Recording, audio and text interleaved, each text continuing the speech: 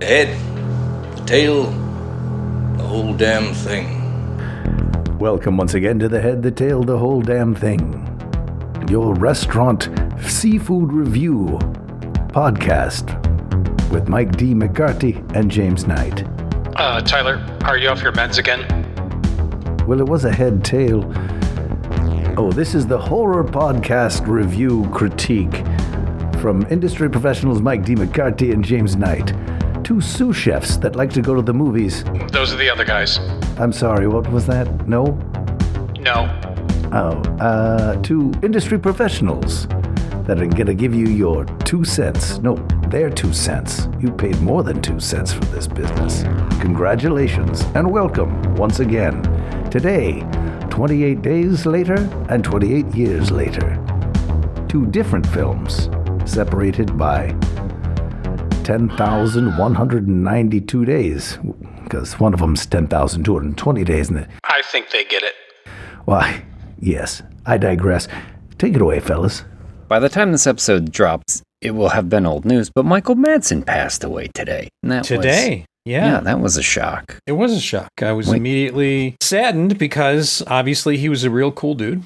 And Yeah. I met him not just one time at the shop, but I rode in a limousine with him actually once to the Sin City premiere. I have a great photo of me and him and Benicio del Toro and Greg Nicotero and Cool. There's a couple other people in the photo. It's a really great photo.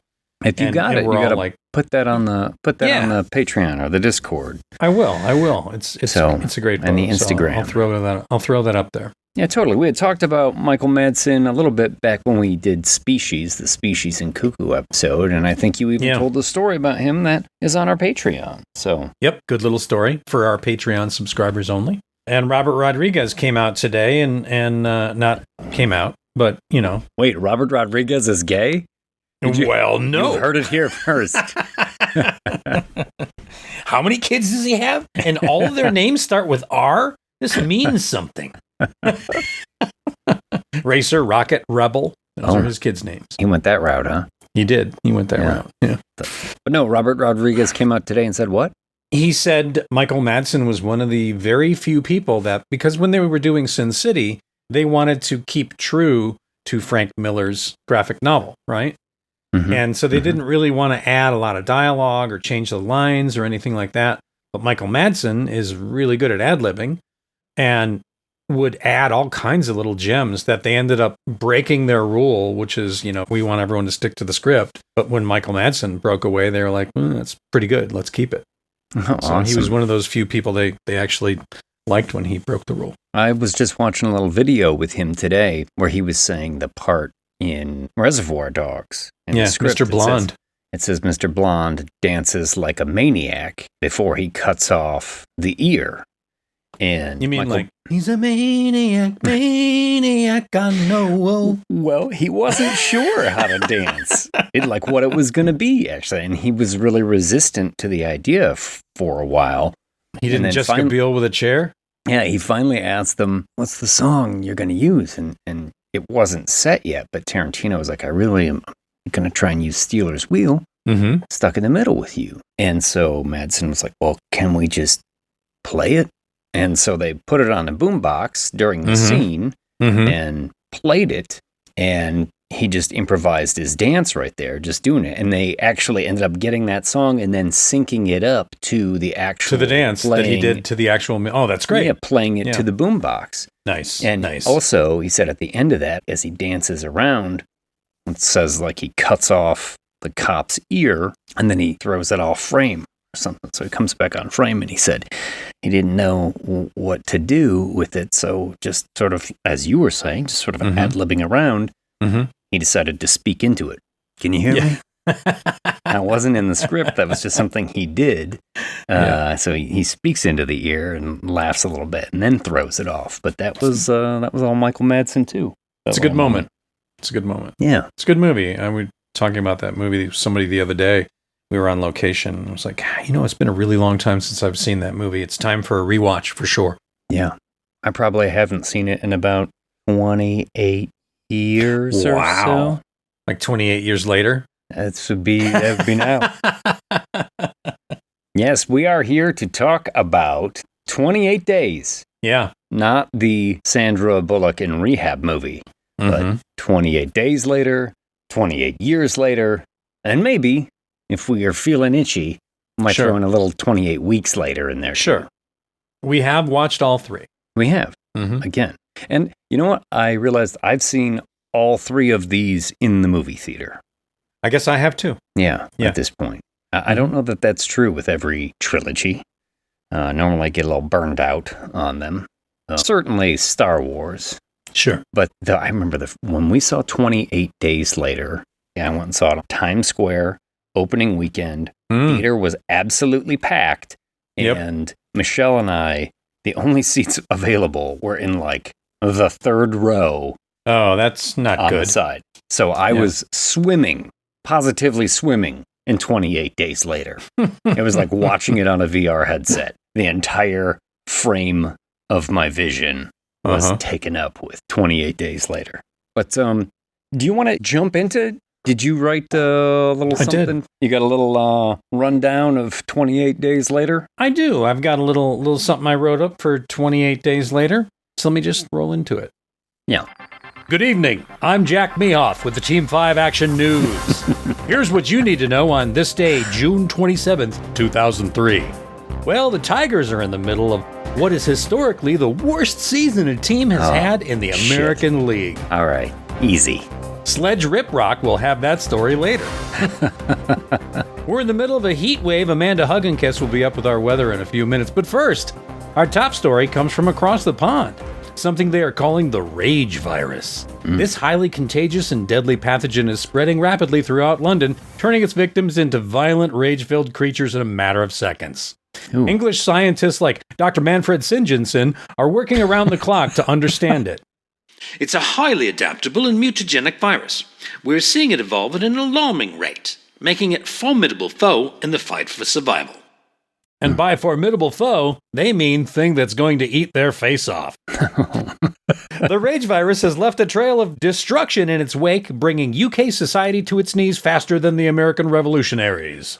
Happy 4th of July, everybody. That's right. Woo-hoo. The government is in a shambles and the military is struggling to contain the outbreak. The French have apparently already surrendered in an attempt to get ahead of it. We'll continue to bring you updates on the rage virus as more information becomes available. In the meantime, our thoughts are with those affected by this devastating outbreak, and those who are still trying to find a decent cup of tea in post-apocalyptic England. In other news, a chicken that was strapped to 100 helium balloons and sent skyward last weekend in a stunt is resting calmly in a San Francisco animal shelter as people vie to adopt it. The chicken, named Amelia, was rescued Saturday after getting tangled in power lines. A police marksman shot the balloons with a pellet gun to bring Amelia down to safety. Authorities said they've yet to identify the prankster, who was apparently imitating an ad they saw recently here on local TV. Here with an editorial on tonight's story is James. Is that thing about the chicken a real story? Did you get the fucking headline from 2003 or something? I did. I got a headline from June 27, 2003. That is a real story. Oh, yeah. First off, I don't appreciate you reminding me of the Detroit Tigers 2003 season where they lost 114 games, I think. Yeah. But anyway, that chicken story is crazy. Everybody loves a good chicken story, James. I give that chicken story 8 eggs. 28 days later, man. It's a classic, right? It's become a classic. It changed the genre.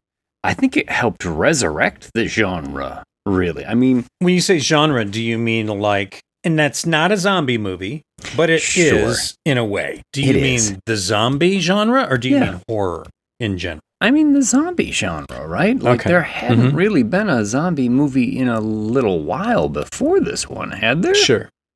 I mean, nothing immediately comes to mind, but I'm not looking at, dates. Well, I say that in part because I had heard that when Edgar Wright was making Shaun of the Dead, or originally starting to go into that, he had thought like, I'm going to resurrect the zombie genre. And then 28 days later beat him to the punch a little bit. And they were like, those fuckers. So that's why they put in Shaun of the Dead. There's a little line. The news report says, like, the zombie outbreak being caused by bites from infected monkeys is a bunch of bullshit.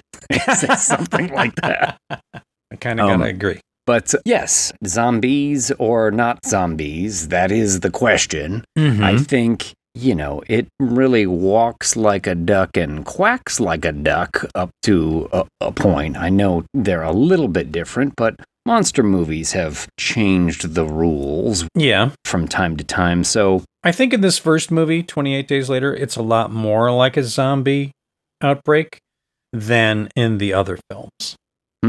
Yeah, it certainly fit the bill for me, especially when I first saw it. Sure. And the idea, I don't think maybe it's not the first zombie movie where they're actually fast, but it's the first one I remember. It's the first one I remember, too. Sprinting like this, which made them all the more terrifying. Yeah. It made Cillian Murphy a star, right? Mm-hmm. This was his breakout role.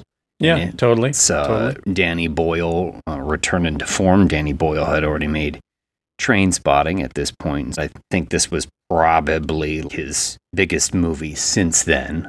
Mm-hmm. And I loved it. It's become a classic. I don't think it's a perfect movie necessarily. There are things I remember even the first time I saw it where I was like, well, that kind of bothers me a little bit. Mm-hmm. Most specifically at the end of the movie. There's just something I thought like, well, that's a weird way to wrap this all up. But the desolation, in the beginning of the movie when he wakes up in the hospital bed and there's no one around. I remember thinking that was super eerie and super cool. I found the zombies, pretty frightening in this movie. Mm-hmm. The camera work is tricky. Danny Boyle's not afraid to get a little blood on the lens from time to time. Sure. And do some tricky things with the camera. This time, I was acutely aware that this is obviously this is decades before they'll be using drones in movies. So all these like long shots that they're using, I don't know if they had a bunch of cranes involved in this, but to get those super wide angles of desolate London with a crappy digital camera that they're using. Yeah. You know what? This movie does not look good. No. It looks like shit. And the sound mix is terrible. It sounds like shit. So I don't think this movie is aged very well. I remember liking it a lot more when it first came out, but when I watched it recently, I was like, I don't even know if I like this movie. No, really? Yeah. I certainly still enjoyed this movie. And I actually find the graininess to be part of the appeal in some ways. It makes me feel a little bit more unsettled about the apocalypse, that it's not as clear a picture. Okay. A little bit in the way that like Texas Chainsaw Massacre looks shitty and grainy and gives me that sort of I can buy vibe. that. But also there's the film lover part of me that says this was the first movie that started to destroy the idea of making films. Because it was the first film shot pretty much on video besides crappy VHS video movies. It was the first major release, absolutely, that had been shot digitally. Yeah. Yeah, I think that's a valid criticism if you're a film nerd. And, Yeah. Sometimes, like Steven Soderbergh, we are. Hooray! I think I would like this movie a lot more if it had a wide aspect ratio, deep film look to it. But I also understand that it's hard for them to pull off things like shutting down London for more than an hour, which is how they achieve some of these scenes, right? Wow. From like 5 to 6 in the morning, as the sun comes up, they're shutting down London, like certain streets. It's basically, dance hall kids that are coming out at dawn from the discotheque and trying to get home. And they're the ones that are pissed off. And the people that got to get up early to make the donuts, they're the ones that are pissed off. And they're waiting and waiting and waiting as certain areas are shut down for an hour, while 8 to 10 people run around with handy cams and shoot a bunch of footage of them running through the street, getting it from like 10 different angles. So I get that that's how you had to make this movie, because if you had film cameras, it would have been too expensive and taken too long. So I understand that. But then I also look back at things like The Omega Man, shot in Los Angeles on film in the 70s. And that looks desolate and that looks fucked up. And there has certainly been plenty of other films that have that have done it as well. So then I thought, well, I think that's because this movie is just a low budget movie. In fact, they ran out of money at the end and didn't even have an ending yet. Is that what happens? Yeah. Is that what happens? Because, that's probably my biggest gripe with this movie is it gets to the end and I'm sort of scratching my head like, what just happened? Sort of smash cut montage, everybody's happy, weird ending. That it feels very tacked on. Yeah, we'll get to it, but I don't like that ending either. So I found there's a lot of things I really don't like in this movie. I think I remember when I first saw Fast Zombies, even though they're not zombies, I thought, ugh, I hate this. Because I'm a fan of Dawn of the Dead. I'm a fan of the Day of the Dead. Sure. Night of the Living Dead. You know, my zombies are slow and shambling and nothing stops them except a bullet to the brain. Yeah. Or on Walking Dead, perhaps a pool cue or a knife under the jaw or anything. Because apparently their heads are really soft. Yeah, soft and malleable. Well, that's what Tom Savini would tell us. Absolutely. Oh, Tom Savini, the scientist in him.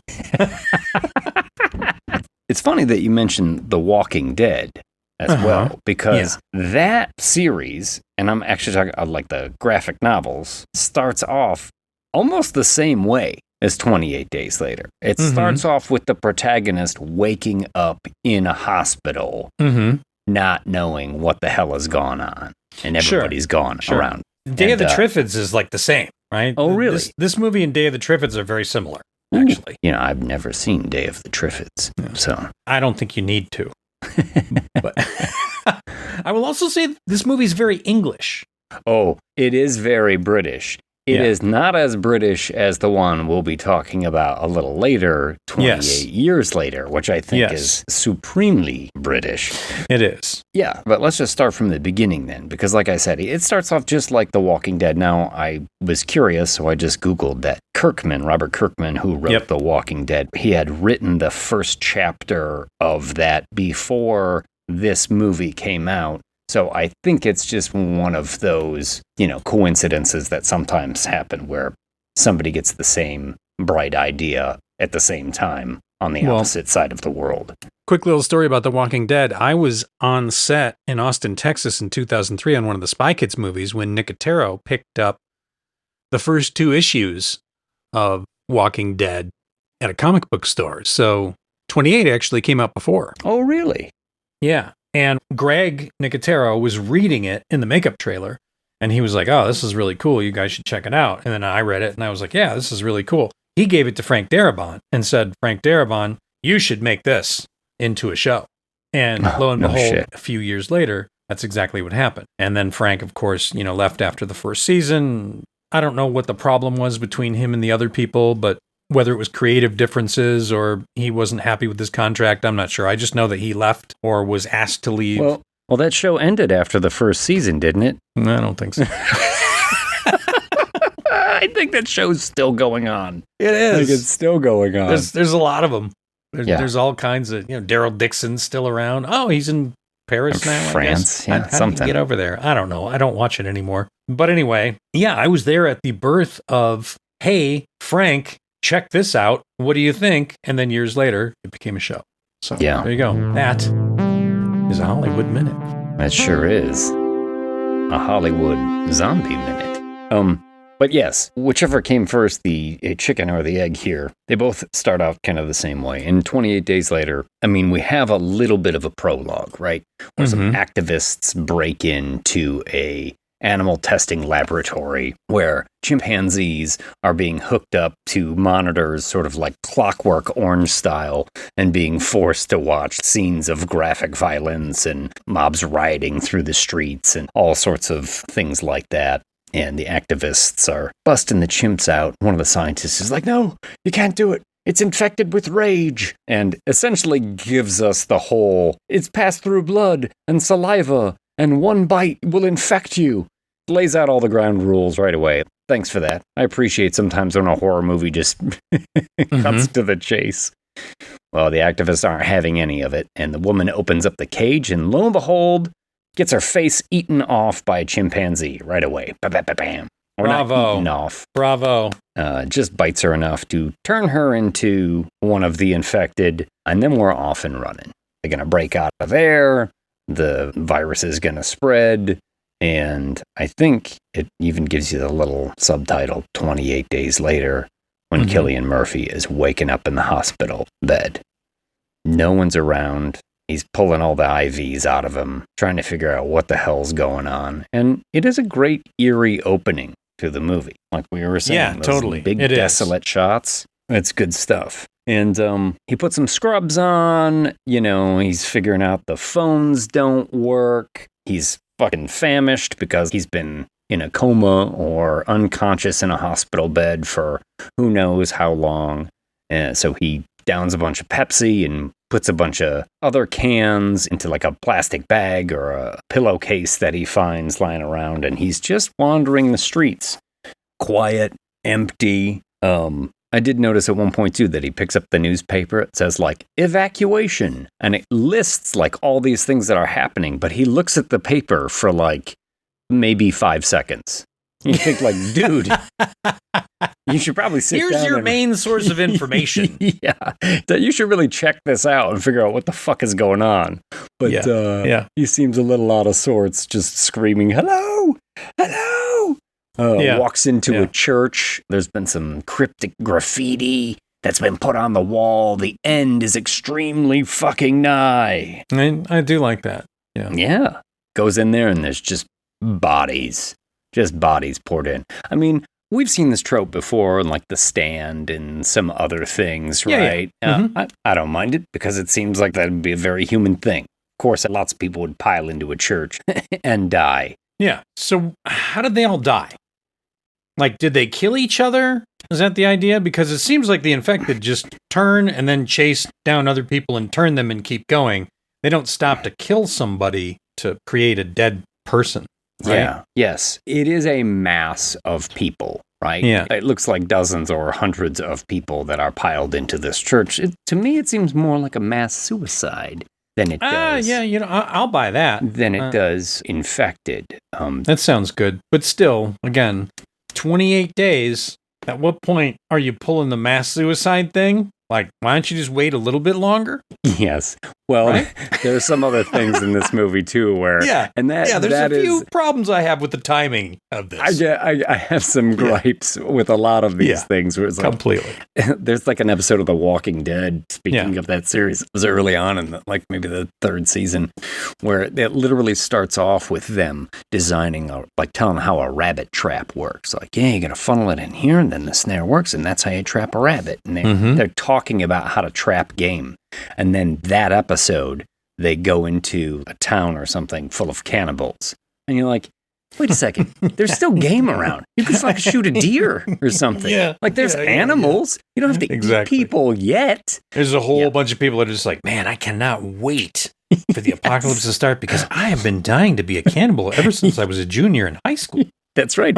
I was an exchange student in Austria, and I really got a taste for it. I learned some weird shit there, but you just can't find good long pig in the States. Exactly.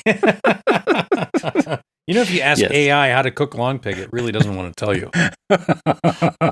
It's like, nope, that is against the rules. I'm sorry. I am alerting the authorities. Yeah. Exactly. Yeah. So yes, timelines. For sure. Yeah. That is a lot of things have gone haywire in just 28 days.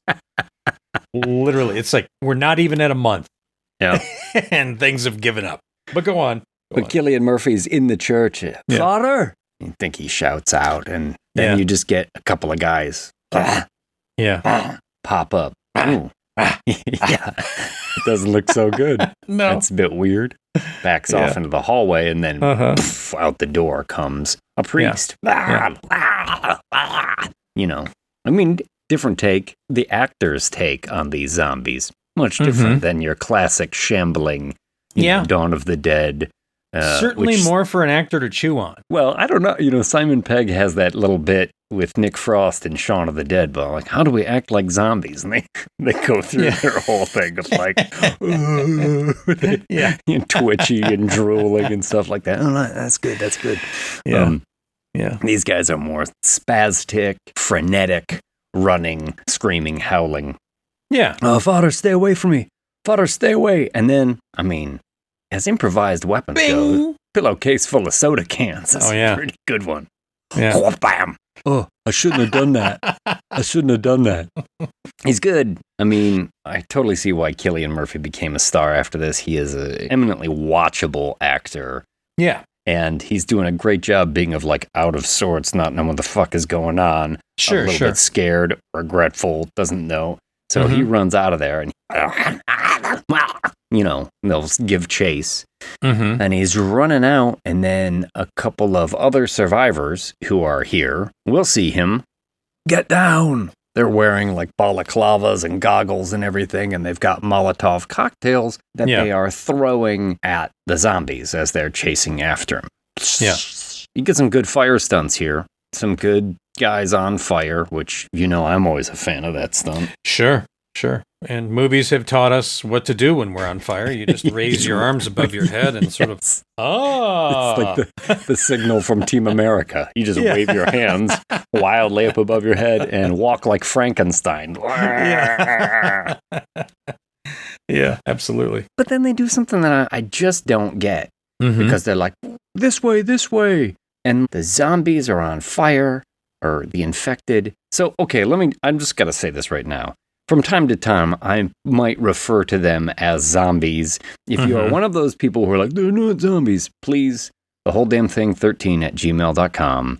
Yeah. Send us your hate mail. Tell us why we're full of shit. Yeah. That's fine. Forgive me if I make that mistake. I mean, no offense. But the infected are chasing them. And then they run past is it like a gas station? Or a petrol station? It is. It's a petrol station, James. Yes, and they turn the nozzles so the gas is coming out so that when they go past the zombies, they fucking nuke them. It's like it blows up the whole gas station to kill maybe 3 zombies or something like that. Yeah. It is quite an explosion that happens in there. When they blew that gas station up, they were permitted to do petrol it. Station? I'm sorry. James, when they blew up the petrol station, sure, they were completely permitted. Really? However, someone forgot to tell the bobbies. Oh, really? Yeah. So the police were not informed that said gas station was going to be exploding at some point, and the fire department was called, and the police came out, and it turned into a big deal, and Danny Boyle had to do a little song and dance and talk his ass off. No, we're actually permitted. No, someone should have told you, and I'm sorry. But he would have said it in an English accent. How the fuck does that happen? I don't know, but that's a English Petrol Minute. Brought to you by BP. Nice. Yeah. Listen, I have to arrange special events every once in a while. This is like a 5K run. Yeah, you gotta tell people. And I gotta call the fucking police to do something like that. How are they like? Yes, we'd like to blow up the petrol station on Queens Avenue. And they're like, sure, it's just fine. Who stamped that along without telling the police? I would think that would be standard operating procedure. You'd think someone's stamp didn't get certified on a piece of paper or put in the right mailbox. This was only notarized in double, not in triplicate. My good man, you know you can't blow up a petrol station on a Tuesday. Lock him in the tower. What strikes me about this moment, though, is there's only 3 zombies. And I would think fucking petrol, gasoline, that's kind of a resource. Yeah. That's a commodity, baby. You gotta keep that around. But you're not going to use your Galaga smart bomb when there's just one ship flying against you. They give 0 fucks. Yeah. That's some cowboy behavior from really those kids. Also, they were really outfitted well, too, with the balaclavas and the face shields and all that stuff. Yeah. You're telling me that in the apocalypse, you're not going to the sporting goods store right away? Of course you are. But after that, they're not outfitted like that all of a sudden. Now we want to see the actors' faces. Oh, yes. I see what you mean. Yeah. Sure. They dropped their own safety protocols so they could chat with each other a bit more. And I do notice, too, where they're like, a drop of blood, a single drop of blood can get to you. Yeah. Mm-hmm. But she's wasting people with a fucking machete, and blood is just spraying everywhere. Yeah. I thought that perhaps is not following your own rules there. Which is another problem I have with this movie, is this movie plays very loose with the rules and doesn't follow its own shit. And in fact, it's like sometimes doesn't even know what it wants the story to be. Like, she talks about the fact that before the TV stopped broadcasting, there were reports in Paris and in New York. And then later you find out, no, that's not true. Actually, the UK is the only place it's happening, and it's completely walled off. Yeah. And then in the second movie, they go into Paris, and then it seems like they never really know what they wanted to do. I heard Danny Boyle specifically address that they just retconned that for the third movie. And you know what, in all the interviews I watched with Danny Boyle and Alex Garland, they don't even really talk about the second movie. It's like they're not considering that part of the which I think is too bad, because I think the second movie is fun. It has some great stuff and some terrible stuff in it. Yeah. It sure does.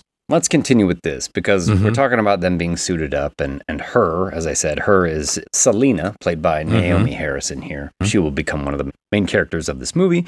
She's with another bloke called Mark, and they have just rescued Cillian Murphy's character, Jim, from the zombies, and they're going to kind of give him the scoop of what's happened, telling him about how the virus is spread, and give them some general rules. Don't go anywhere alone, only travel during daylight, although I'm not exactly sure why that is a rule. But Jim's like, well, he wants to check out his family, right? He's just woken up. And they're like, they're probably dead. And he's like, please just tag along with me. So they head to Deptford. I mean, that's what I'd want to do too.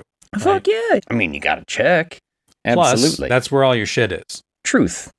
But we'll get into this in a second. So it's a quiet house. It smells bad. Parents, well, they're in bed. They didn't make it. They're dead. Yeah. A bottle of pills and, I don't know, some booze at the bed. Looks like they've also committed suicide. They got a photo of him as a boy. And then also a note from Mom. Jim, with endless love, we left you sleeping. Now we're sleeping with you. Don't wake up. Love, Mom and Dad, or whatever. Yeah. And I thought, the logic of this note confounds me, because you've written it to Jim. And you're saying who's don't not wake going up. to read it? Yeah, who's not going to read it? But just in case he does read it, it's not like, P.S., your dad's gun is in the shoebox in the closet. It has no helpful information, just in case he does wake up and get there, which is what you would want, right? I don't know, maybe she'd already swallowed a bunch of fucking pills, booze, before she wrote it. But it's like, there's no point to this. Don't wake up. Yeah. Okay, well, then I won't read this note. But if I do read the note, it would be nice to know where the fucking car keys are, okay? Yeah, exactly. By the way, where's the gold? Yes. And the porn, because that's going to apparently be an issue. Well, he will remember. True. Yeah, there's no internet anymore, so now the old magazines are super valuable. Yeah. Keep them in a briefcase, handcuffed to your wrist. But technically there is internet. They just can't get it, because there's no power just in the UK. Well, but there is power, because there's times where, like, you'll see Christmas lights going off. And I think even when he's in the house here. That's true. Isn't he watching some, like, old home movies at some point? Isn't there? Or is it like an old cartoon video thing? I don't know how the video where the Super 8 thing is playing or whatever, but... they probably had a generator, for just their apartment. Because maybe there's a shot that just shows the one place lit up, everything else dark. Oh, you mean like when they see the Christmas lights later on? Yeah. Yeah. It would make sense when we get to those characters that they would have a generator, because they're like collecting rainwater on the top of their fucking roof. And they've been doing all these things in just 28 days. Yeah. But they were ready. Exactly. But they were ready. Really went for it. I probably have 28 days of food in my house. There's probably some canned soup. I could scrape by for 28 days. I don't need to get all weird with stuff yet. But I mean, Listen. I probably will. I'm probably going to go out there and take someone's water and someone's gasoline and someone's ammo. Listen to me. If COVID taught us anything, is that you cannot rely on your fellow human beings to act in a fucking rational manner. You totally can't. Because toilet paper disappeared from Costco within the first fucking 2 weeks. Yeah. Everybody became a Do you remember resource having hoarder. a hard time to get paper products? Yeah. Like, oh, fuck. Like, I can't use paper towels anymore. What do you mean? What do you mean? Yeah. Yeah. So I will say this, people are dicks. And that is something that this movie definitely has right. Absolutely. But I mean, a lot of movies have it right. Yeah. Because people are dicks. Well, Cillian Murphy, Jim, he's sort of lost in thought thinking about his parents when a couple of the infected come busting through the window and maybe like the skylight at the top. I mean, it's like amigos are raining from the sky right now. These were the infected that were former stuntmen. Yes. And he will be fighting them off, and Mark and Selena begin hammering at them with baseball bats and machetes and stuff like that. Just blood splatter everywhere. Mm-hmm. Oh, did anyone get bit? Oh, Mark got bit. Oh, shit. Kind of Wait. Selena, zero fucks given. Just takes the old machete and chops off his arm. I like this bit too. Yeah, I like just too. Just chops right into him. And so long, Mark, and thanks for all the stories about how your dad went crazy and killed your whole family. Thanks for that, old Jim. Yeah, but I noticed, especially the second time I was watching this, I was like, Selena, girl, you need to close that mouth while you're hacking apart a man with a machete. Yeah. Because there's literally blood spraying everywhere. Kind of careless. Yeah. Yeah. That's why I feel like this movie makes rules and then avoids the fact that it made that rule and pretends that that rule doesn't exist. Yeah. Until it needs to. And when it serves it. And it does it quite well a little bit later, in my opinion. But we'll get there. there. Well, Selena's a bad bitch. Don't fuck with her. Mm-hmm. They stay at Jim's house that night. He gets some clothes, and the next morning they're walking through the city, and she's like, plans are bullshit. Surviving is the only thing that matters. She has a real sort of nihilistic worldview of the end is extremely fucking nigh. Yeah. And as they're walking through the city, that's when they see the Christmas lights on a balcony in a high rise, not too far away. Twinkling Christmas lights. Well, it's an invitation. Yeah. They walk over there, begin to go up the stairs of the high rise. When some infected give chase. I don't know why they sound like the Tasmanian devil. You do a good infected, though.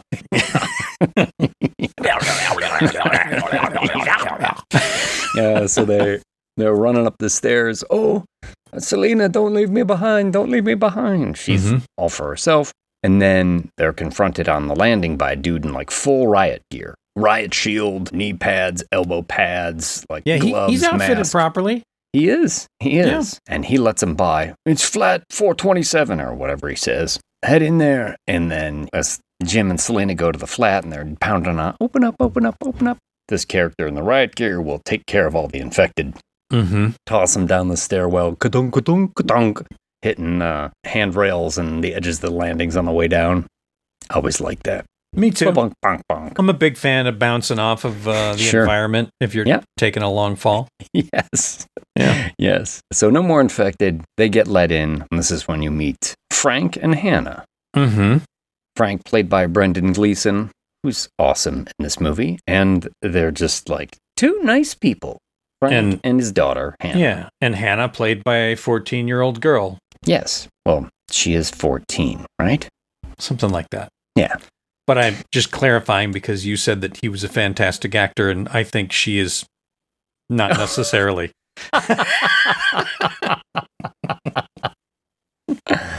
She's serviceable. She does what she's there for. But yeah, Frank welcomes them into the house. Is everybody okay? Is everybody hurt?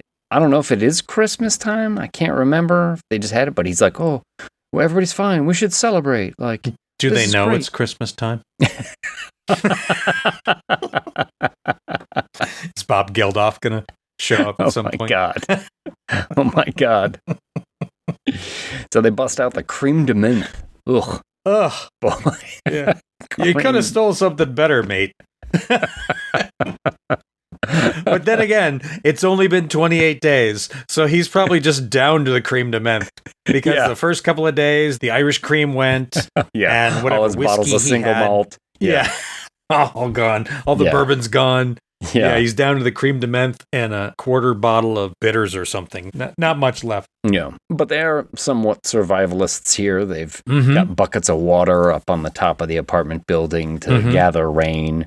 And as they're all there, this is when Frank winds up the radio and they get a distant signal from somewhere. Yeah. Salvation is here, 26 miles northwest of Manchester. The answer to infection. Somebody is telling people, come to Manchester. Beautiful Manchester. Come to Manchester in September. See the leaves change color.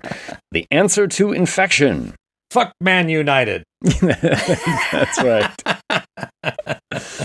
So Frank wants to go. And they're not sure. Selena's like, oh, they'll only slow us down. But Hannah convinces him, hey, we're all better together. The girl convinces him. So how are we going to get there? Well, it turns out maybe Frank was a taxi cab driver because he's got a taxi below that they load up the truck and they head for Beverly. Yeah. Manchester, nice fun little gag is. as he sets the fare. Yeah, sure. Yeah, doesn't accept credit cards. Yep. And of course, what apocalyptic story would it be if you didn't have to go through the Lincoln Tunnel at some point?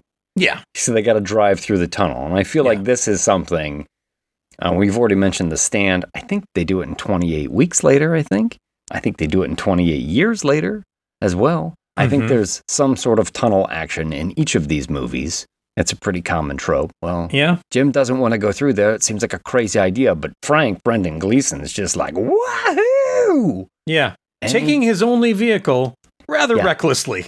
He sure is. Yeah. And it doesn't matter that there's cars piled up there. He's going to somehow drive over the top. How did those Duke boys do that? Isn't it amazing how the Duke boys attract infected, just the good old Surrey boys. Hello, mate. Where's Roscoe P. Coltrane at? Good. Driving around in a little fucking Mini Cooper instead of a Dodge Charger. The General Wellington. It beats all you've ever saw. Been in trouble with the law since the day they were born. Big Union Jack on the roof. That's right. Making their way the only way they know how. That's just a little bit more than the law will allow. The good old British boys. That's right. The good old blokes. Yeah, it's good. But he goes sailing over the cars. Yeah. Dun, dun, dun, dun, dun, dun, dun, dun. Yahoo! That's exactly what it would be. Yeah. Squeezes the horn and Rule Britannia plays. Comes down to a crash. You see the hood buckle and everything starts to come apart. And then suddenly the car's fine. Yeah. Beautiful. This is good shit. I don't know why no one's done this before. The Dukes of Shropshire.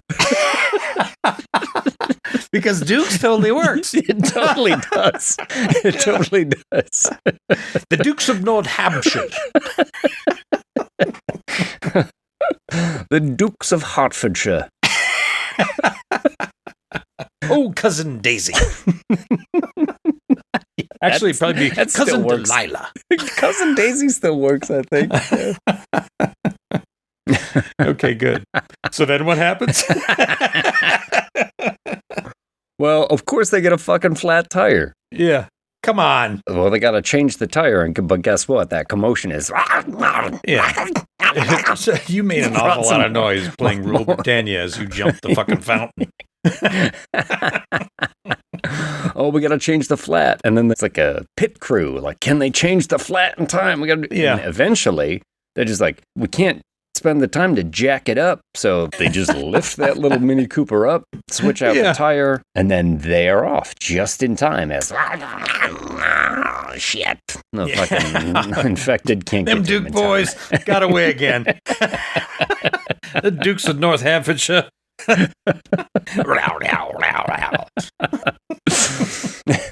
Boss Hogley Wogley. That's what I'm saying. Boss Hogwart. Oh, that'll happen next time. But then we get a moment of joy coming up in this movie, which are kind of few and far between when they find a absolutely loaded grocery store. Yeah. I mean, in the 28 days, this hasn't been ransacked yet, but no, plenty of supplies, and they load up. You know, Frank gets all his bottles of single malt. They find fruit that he's like, irradiated because the apples haven't gone rotten or anything. Yeah. They're just like fucking delighted. They're getting Pringles and Ruffles and Choco Blocks or whatever the fuck. Crisps. They're getting crisps, mate. They sure They're not are. getting chips. Ding. But it is a moment of joy in this movie. Leave the credit card on the register as they take their shopping carts out. Woo! Don't do that. Don't leave your ID or credit card laying out. I don't care if it's the apocalypse. I mean, it's only been 28 days. Don't stop worrying about identity theft now, right? You could make it to France, and then you might need money again. Yeah, at some point, someone's going to be coming along cleaning up this mess, and they're going to be like, hey, free credit card. You're still going to have a bunch of money in the bank, right? No, fuck that. Well, they have tried to establish before this that, you know, there is no government, there is no police, there is no hope. This is the end. Or this is a new beginning. So I would honestly prefer if it was. If it was the end? Yeah. As in, like, it was worldwide. I like it better as a story if it's worldwide. Yeah. And I'll talk specifically about that when we get into the 28 years later, where it has been quarantined for almost 3 decades. Yeah, which at this rate might be 28 years from now when we get to it. But I'm enjoying talking about the Dukes of Norfolkshire. Yes, in the general welly. I can see it so clearly. It's fucking genius. Someone's got to AI that shit for us, please. Beauregard and Lucas. They get out of town and they stop at another petrol mart, brought to you by BP. There's a big truck there. Frank has got to siphon some gas out. Jim goes into the station just to check it out and is attacked by a child, an infected child. And he just turns around and smacks him in the head with a baseball bat. Bonk. That's this when, does the kid say something? He does. He says, like, I hate you. Which I didn't actually notice until I watched it the second time with subtitles. And I was like, the infected spoke? Again, like, what? This is the only time in all 3 movies that they do that. Yeah. It's weird. It is. I wasn't sure what that was all about. I heard that it was a mistake. Yeah. Because a lot of what they were doing is they were taking dialogue of people being angry and screaming and yelling at each other, and they were mixing it and going backwards, and they were chopping it into sections and fading in and out and just doing all sorts of weird things with it to create this soundscape of the infected. And apparently that is one moment where they forgot to do that and just left the original piece in, which, I mean, that's a pretty major mistake to make in your movie if you're being careful about doing it every other time. I would not have noticed it if I wasn't watching it with subtitles. Yeah. But then I was like, that's a really bizarre change here in this movie. It is. And then to never touch on it again, to me that felt a little like, and I know people are going to fucking get mad at me because I'm not really leaning towards this movie as the holy grail of infected movies. And it's another thing that points to this movie being slightly sloppy, I guess, is what I'm trying to say. Yeah, I mean, I can buy that. I think these movies, all of them, get sloppy for some reasons. There's sloppiness all around.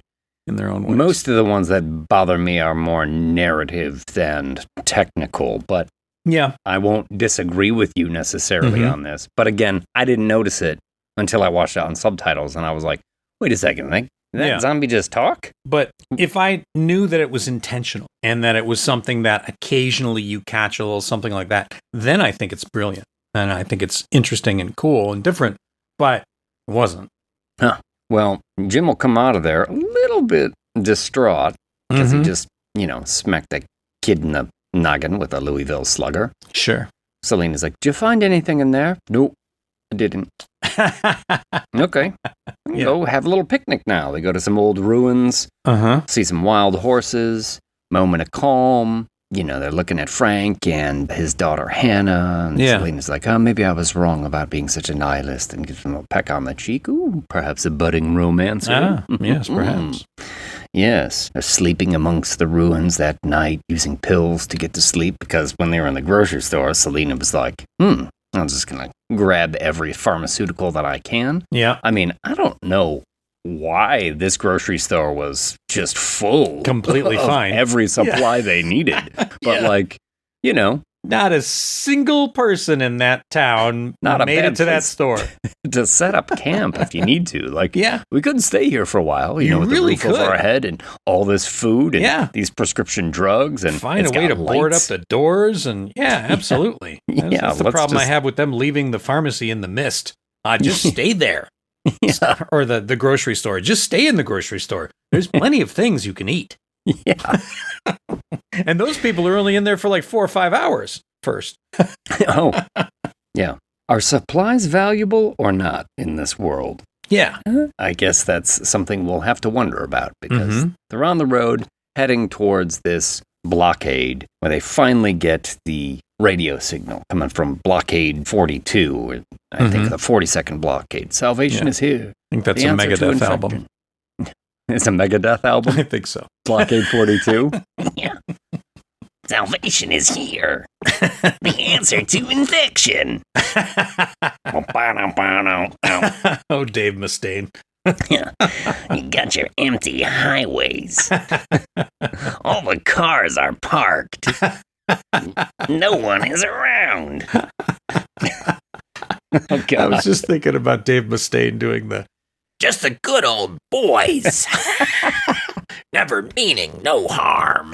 No, that has got to be somebody who is so British. I don't know who the British equivalent of Waylon Jennings is. But you got to give the balladeer. Yeah. We got to find out who the British accompaniment to Waylon Jennings is.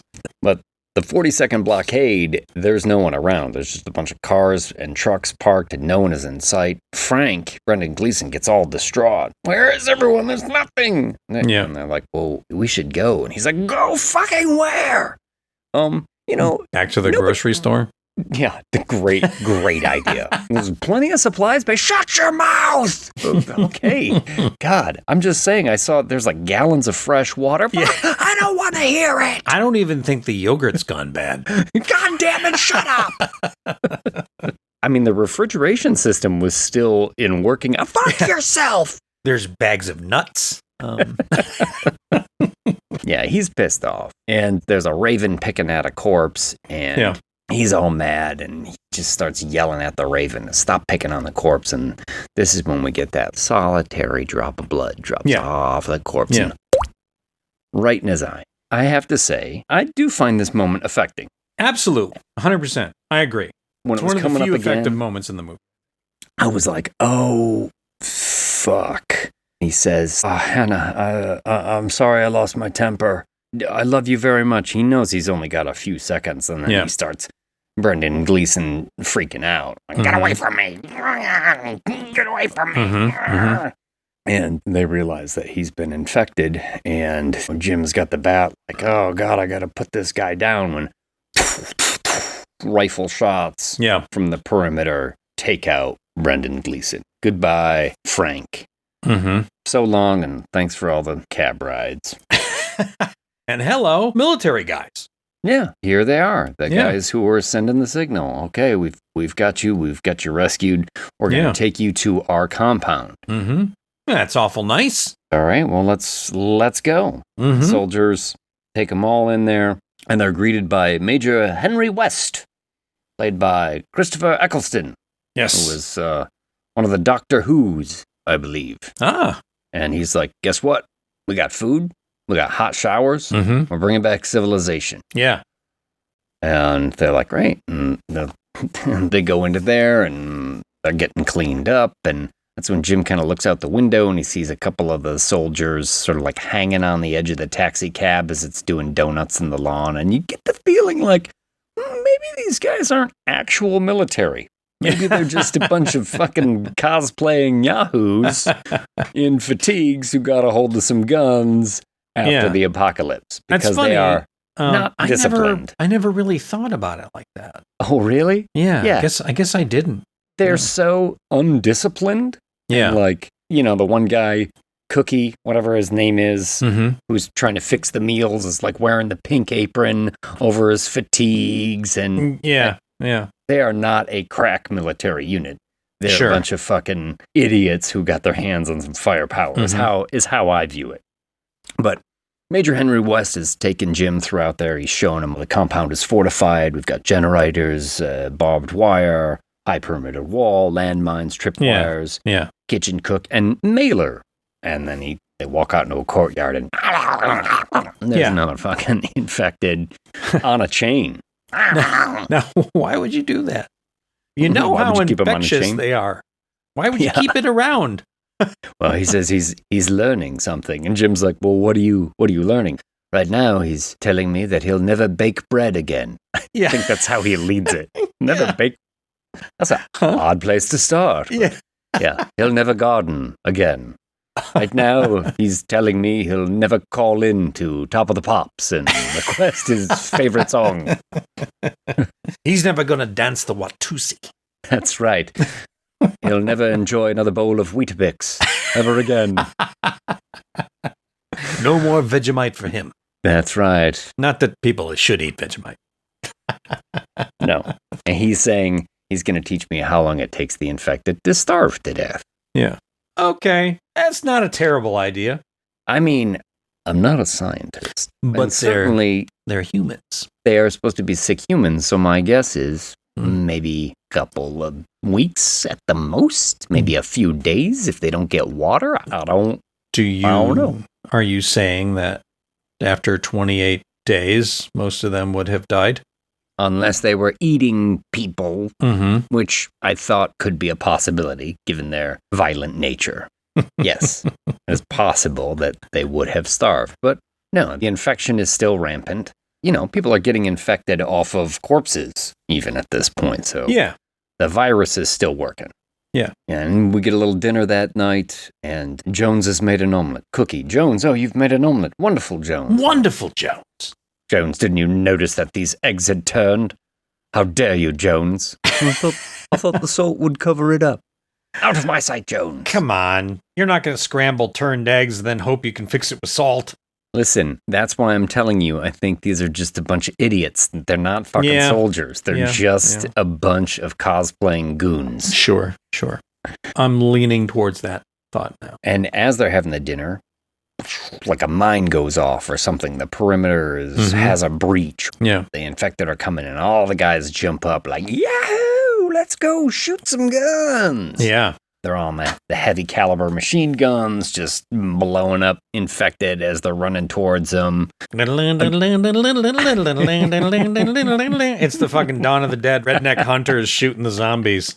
It is crazy. And again, but way more English. One of them triggers a landmine, which just sends body parts and viscera flying towards them at the perimeter. Which, again, seems dangerous. They don't duck or anything. They're just like, woohoo, did you see that one? He flew right towards us. Yeah. Look at all that virus misted into the air. Yeah, not a problem. Yeah. And after this, they're all pumped up. And Private McKenzie starts to grab Selena. He's like, hey, would you see the size of my gun? And Jim's like, get the fuck off of here. Sexual innuendo. And the guy called Sergeant Philosophy in my notes because of what he said around the dinner table about like, well, if you really think about it, in the whole history of the world, man's only been here for a blink of an eye. So if it exterminates us all, that's really a return to normal. I mean, it's a ton of fun at parties. This guy, yeah, that guy's making lots of friends. But Sergeant Philosophy takes out Private McHansey, and the major comes in, and he's like, break it up, boys, break it up. Yeah. And he talks Not to just Jim. yet, mate. Yeah, talks to Jim. He says, so you killed anyone? You've lived this long, 28 days. You must have killed someone by now. Yeah. And he's like, well, I killed a kid. Did he say anything to you before he died? Oddly enough, he was the only talking zombie that I've seen. Then Are you sure it was a zombie? Yeah, he probably hadn't been turned. You've really just murdered somebody. Welcome to the team. You are one of us. But this is also when he says, like, look, just so you know, my soldiers, I promised them women. Yeah. Because they see no future, no hope. And this is where I was like, bro, it's not even been a month. Yeah. Like, it's not even been a month yet. Yeah. Like, come on. There's still some copies of We and Hustler. And fucking... I understand you're young, dumb, and full of cum. but really, it's only been like not even a month. Oh, here's a dandy from last month. Dandy? That's my favorite. I've got the latest issue of Wench here. Oh, Wench is my favorite. I'll trade you a wench for a dandy. I've got the latest Cheeky. They're more into bums. Yeah, I know. I've got a few spare copies of Muffins here. Have you seen American Hobo? I'm sorry, what? Oh, never mind. For a little of the old Yankee Wanky, you mean?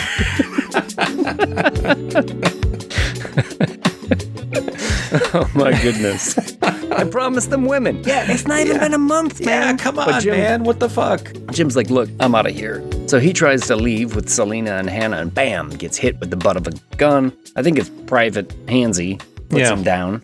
Ah, fuck. So now Jim's kind of in the brig with Sergeant Philosophy, who's talking about an episode of The Simpsons. I mean, I don't know if you caught that. I did catch that. Yeah. But it is from like one of my favorite Simpsons episodes of all time. But anyway, I digress. So he's up in the brig. That guy's talking about The Simpsons, and they decide they're going to take Jim out to the woods and execute him. So Private Hansy and Cookie Jones are out there, and Sergeant Philosophy's like, oh, you're going to do me first. Oh, you're going to stick your bayonet on me. You're going to do me that way, huh? Because Private Hansy is a bit of a sadist. And, you know, Jonesy doesn't like it. There's also a big pile of bodies here. So they've obviously brought a lot of people here to kill them. Yes. And one of the interesting things about this pile of bodies is it's a bunch of dummies, you know, dead bodies, right? And they threw them into this pile, and they were shooting the scene, but they were slow in cleaning out the pile. And someone, a local in the area, saw one or two of these bodies in the woods that hadn't been cleaned out yet, and called the local authorities because they were very concerned about a body in the woods. This has been an English Minute. I think it's the same crew that done blown up the petrol station last week. It's those Duke of Hertfordshire boys again. Hasn't the Sheriff of Nottingham caught them yet? Good. Good God, man. Me and my trusty hound Flash shall track down those Duke chaps. Yeah, so Jonesy doesn't like that Sergeant Philosophy is going to get murdered with a bayonet, so he shoots him. There's a little kerfuffle between the soldiers, and Jim manages to hide in the pile of bodies. Oh shit, where'd he go? Yeah. They go looking for him, so he escapes. A few scenes later, he will rev the klaxon at the 42nd blockade. Calling in all zombies in the area, essentially. And this is after Major West has now got the women, and he's like, you can take any dress you want from the lady of the house. She had an extensive wardrobe. I don't want to wear a dress. And he's like, I would very much like to see you in it. He's getting all fucking Belloc on. Yeah, I was going to say he's pulling a Belloc.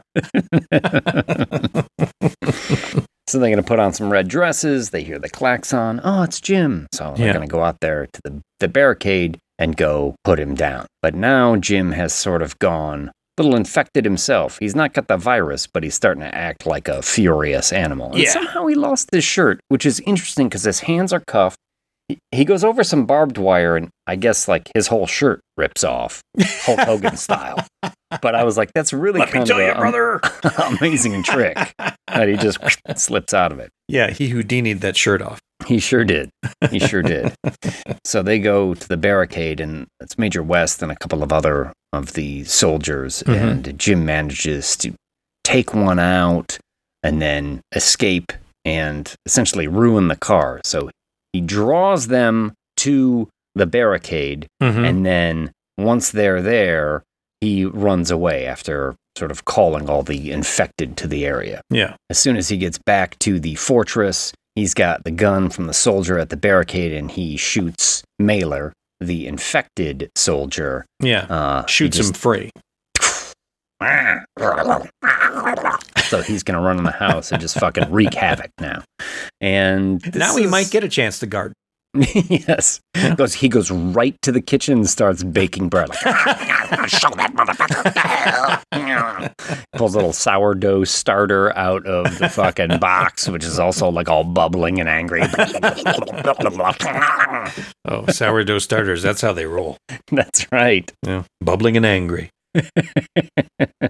And this is essentially the climax of the movie, right? Where you get a more and more violent Jim. Yeah. As Mailer's stalking these soldiers through and taking them out and running through the hallways and tackling soldiers. And Jim is going through the house and out the window and onto the roof. And it's Jim all the metronome of the music is sort of like ramping up. Yeah. And like more and more sort of frantic and violent. And I do like the music.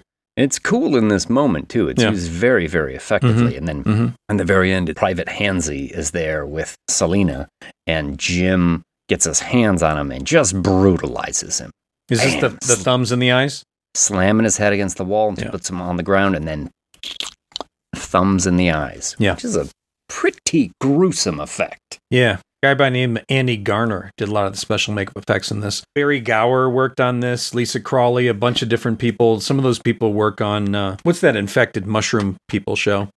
Last of Us. Yeah, Last of Us. A lot of those people work on Last of Us. Barry Gower's won a ton of awards. Super, super talented. So, yeah, this was earlier for a lot of those people. Good stuff. Yeah. And Jim is so brutal with Private Hansy that after he's killed and stands up, Selena thinks, like, he might be an infected. So she comes at him with the machete, only to stop at the last moment, realizing he's not infected. I mean, you could have just said something, dude. Yeah. Well, like, hey, by the way, I'm not infected. I mean, it didn't stop him earlier when he murdered the kid in the fucking grocery store. Yeah. He heard him talking, still took a shot. I hate you. Yeah. And that was more than a heartbeat, he says, because she had said, like, if it happens to you, I'll kill you in less than a heartbeat. Yeah. Was he waiting for her to do it? Was it a test? A little pithy kind of comment there. And then it's like, oh, let's snog. So they start kissing right there. And I'm like, this motherfucker is covered in this virus-laden blood. Like, maybe now is not the time to swap spit. Yeah. Come on. But they're kissing, and then Hannah is there, and she's been a little drugged up because Selena tried to drug her so that she would care less when the soldiers raped her. Cheery movie. It's also the only way her acting would work. Smashes Jim in the head with the vase. I thought he was biting you. Yeah. He's like, are you stoned? It's actually kind of a nice little family moment here all of a sudden. Like they have created their own family out of this misery. And they run outside to the taxi. And then who's waiting in there but Major West, Doctor Who himself. Doctor Who? Mm-hmm. You killed all my boys. Shoots Jim. Bam. Oh, got shot. Yeah. Hannah takes off in the car with him in there. Now, we've seen Hannah drive a couple times, and Not she so does good. tend to drive it like it's stolen. So she just backs up into a little alley where Mailer has been waiting. And he breaks through the back window, pulls out Major West, starts to beat him to death. Hannah then throws it and drives like Beauregard Duke. Right through the fence. Freeze frame. Da, da, da, da, da, da, da. Yeah. This is where I'm like, what the fuck is happening? Because Jim is gut shot. And I'm assuming in a world with no doctors, you're probably fucked, my dude. Gut shot. The car wrecks. They go flying kind of like into the front seat. And you're right, Jay Giles. Total freeze frame there. Yeah. And then smash cut to montage of Selena like tearing off a bandage and injecting him with something. And now she did say earlier in the film that she qualified as a chemist, but a chemist is not a doctor. Yeah, I think a chemist just is somebody that works at a pharmacist. A pharmacist, yeah, and essentially and doles out the 4 pills for you and 3 of these. Do you know how to take these? Yes, I know. It's gonna possibly give me diarrhea. And then 28 days later, I think, does it even say that again? Yeah, I think so. It's been another 28 days, and now he's up. He's got a bandage around his tummy. He's in the English countryside now. I already don't like this ending. I hate this ending. End with the freeze frame and then roll credits, please. Something. Yeah. Because they've constructed like a big silk hello. It says like in silk. Well, at this moment, it only says hell. Yeah. It says hell at first, and you're like, what is going on? Yeah. It's just some sort of artistic statement we're making now. But then after he wakes up, you find out they just weren't done sewing the last letter, which they bring out because they see a plane and they're trying to get its attention. Listen, hello. If you're sewing letters, you could start with SOS. You're already there. No kidding. Or why are you sewing letters? Silk is just blowing in the breeze. You're like on the cliffs of fucking Dover. There's nothing but nonstop wind. Obviously, this is a world where gasoline is fucking cheap and plentiful. No just one cares. Burn the letters in the lawn. Do you know what I mean? Completely. There are so many things you could have done. You're at hell. Couldn't that have been a P? Couldn't you have made a short little P? How about that? Yeah. There's another option for you. No, they were being polite. Hello. They're just going to keep going with letters. Yeah. Hello, we have been stranded for the last 56 days on this island. Please send an airplane or drop supplies. We're running out of crisps. I don't know. Yeah, it's so weird. And it is weird. That's my biggest problem with this movie is the ending is just such a head scratcher. Like, what the fuck? Because they see the plane. Yeah. We think the plane sees them. There's a hopeful look. They did shoot other endings, too, where Jim dies in the hospital when she's trying to revive him. I think that would have been a better ending, too, because it opens with him in the hospital and him dying in the hospital, I think would be pretty cool. So it's just another reason why I don't like the end of this movie. What are you going to rate it with, though? What am I going to rate 28 days later with? Rage monkeys? Careless splashes of blood? Well, we've already done blood spatters, haven't we? I don't know. I feel like we've done that one already. I'll go with rage monkeys. How many infected snarls? I'm going to give it. I do think this movie is a classic. I have issues with it for sure. It's far from a perfect movie. And it's funny. I think you're bringing up good points about how technically it seems sloppy. But that to me is part of the charm of this movie. Yeah. But I do hate the ending. I do have some issues with the timeline. Like, we promised him women. It's like... Yeah. After 2 weeks, we decided... in another 2 weeks, it's not sorted, we will get women. Yeah. That's a bit early, and they do treat the blood splatters pretty carelessly. Yeah. Except when they don't. And that moment has great impact in it's a great moment. It's but only treat because the whole I like movie that way. It's only because I like Brendan Gleeson so much, and I'm like, I don't want to see this guy die. Sure. You'd rather see his daughter die. No, I agree. But I think I'm going to give this one 8. 8 snarls. I feel I'm being generous at this point and let the hate mail roll in a 6. Ooh, all right. Yeah. I used to like this movie a lot more, and now I just find it to be kind of a flawed mess.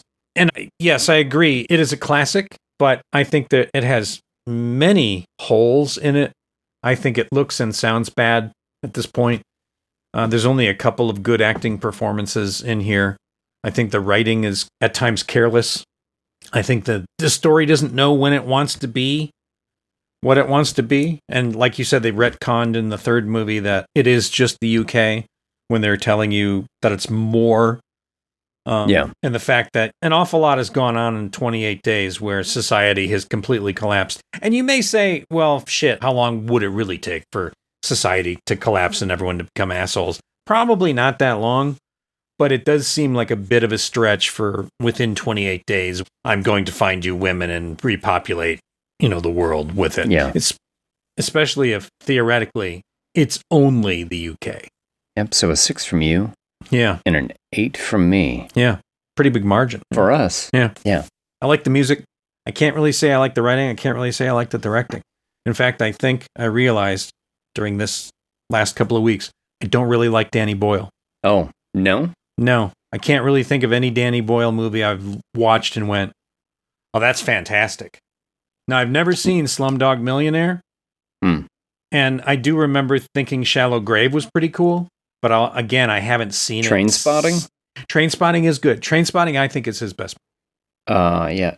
Sunshine is another movie that I really like up until the end when I kind of scratch my head with it. Sunshine, I think I like the idea of Sunshine, but overall didn't really like the movie and didn't like the end, and I found it to be confusing. Yeah, the end gets all fucking weird. Yeah. And honestly, I had heard that because that is also Danny Boyle and Alex Garland, same writers as this one, that they got into quite an argument about the end of that movie and how the end of that movie should be handled and everything. And it sort of like soured their relationship for a short time. Yeah. Because Alex Garland really didn't like the direction that Danny Boyle was taking with it.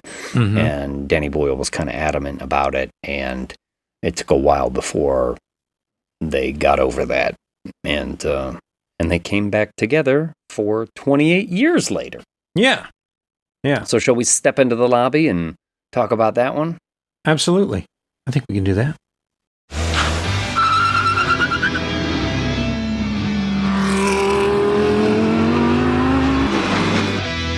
Isn't it funny how the lads go after zombie films like football hooligans at a tuppence a pint night?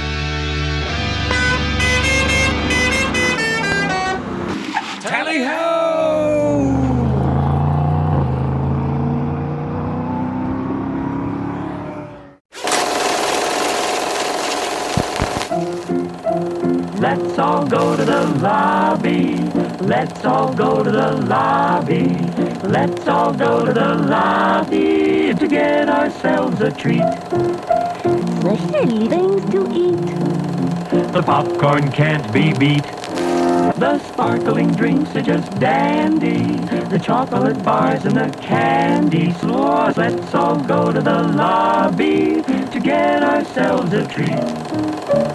Let's all go to the lobby to get ourselves a treat.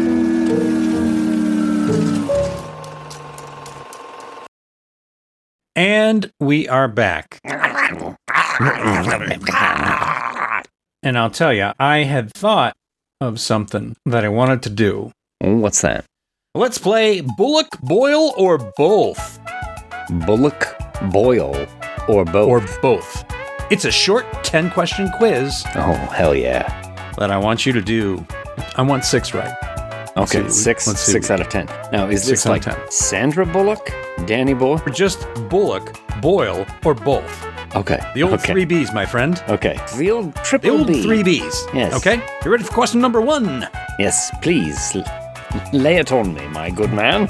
Did a movie with 28 in the title? Now, that's both. Sandra Bullock and Danny Boyle. Good, my good man. A castrated male bovine of any age. That's a bullock. Ah, very good. Thank you. Okay. 2 for 2, 2 for 2. 2 for 2 so far. A painful pus-filled bump caused by a bacterial infection of a hair follicle. That would be a boil. Very good. That's 3. Bob's your uncle. You're on a run. You're on a run, my good man. Made Putting on the Ritz famous in a 1974 satire. That was Mr. Peter Boyle as Frankenstein's monster in Young Frankenstein. You do not want to boil on your Peter. No, not at all. Did a movie about drug addiction? Oh, that would be both. Ah, well done. Danny Boyle. Okay. Is an acclaimed producer. Also both, I believe. Ah, very good, very good. Looks like you're on a run. I think you may have this. Is 60 years old this year. My goodness. My goodness. Mm-hmm. Danny Boyle. That is Sandra Bullock. No. Yes. Wow. 60 this year. What a fox. Yeah. Tally-ho, my good man. Tally-ho. Okay, you're first wrong. You're first wrong. I mean, I thought Danny Boyle was older than 60, but I did not think that Sandra Bullock would even be 60 years old. My goodness. Mm-hmm. That's clean living. Yeah, that is clean living. And getting a facial every week for the last 50 Pump years. the brakes there, sailor. Sorry. I have to put away my copy of Yankee Wanky. Oh, okay. Has won an Oscar. Ooh. That's both. That's both. Ah, well done. Well done. Yes, for The Blind Side. Oof. Yes. And he's won for 72 hours or whatever. What's the 172 hours? The James Franco, I'm trapped in a cave and have to cut off my own arm movie. I think that's what he won for. Oh no, Slumdog Millionaire, actually. That one won as well. Yeah. Okay, last two questions, even though you've already completed the task. Had a crush on Jesse James. I think they were actually married for a while, Sandra Bullock and Jesse James. Yes, actually, I was looking for Danny Boyle. What? I mean, didn't everyone have a crush on Jesse James at one point? I mean, at the height of American Chopper. Was that him? American Chopper? Was that his Absolutely. thing? Yes. Yeah. Oh, that American and his chopper. Was an altar boy and nearly went to seminary school. That's the last question. Sandra Bullock? No, Jesse James, actually, is what I was thinking for that one. Very good, though. You did indeed get 7 right, and you passed the quiz, so well done on Bullock, Boyle, or both. Oh, wonderful. Thank you very much. Thank you. Thank you. Brought to you by BP. And Beefeater Gin. For your 4th and 5th Bs. All right, so 28 years. Spoiler-free first. 28 years later. Mm-hmm. Mm-hmm. So I have a little write-up here for you. Yeah. 28 years later, directed by Danny Boyle, with Alfie Williams, Aaron Taylor Johnson, Jodie Comer, and Rafe, don't call me Ralph, Fiennes. So,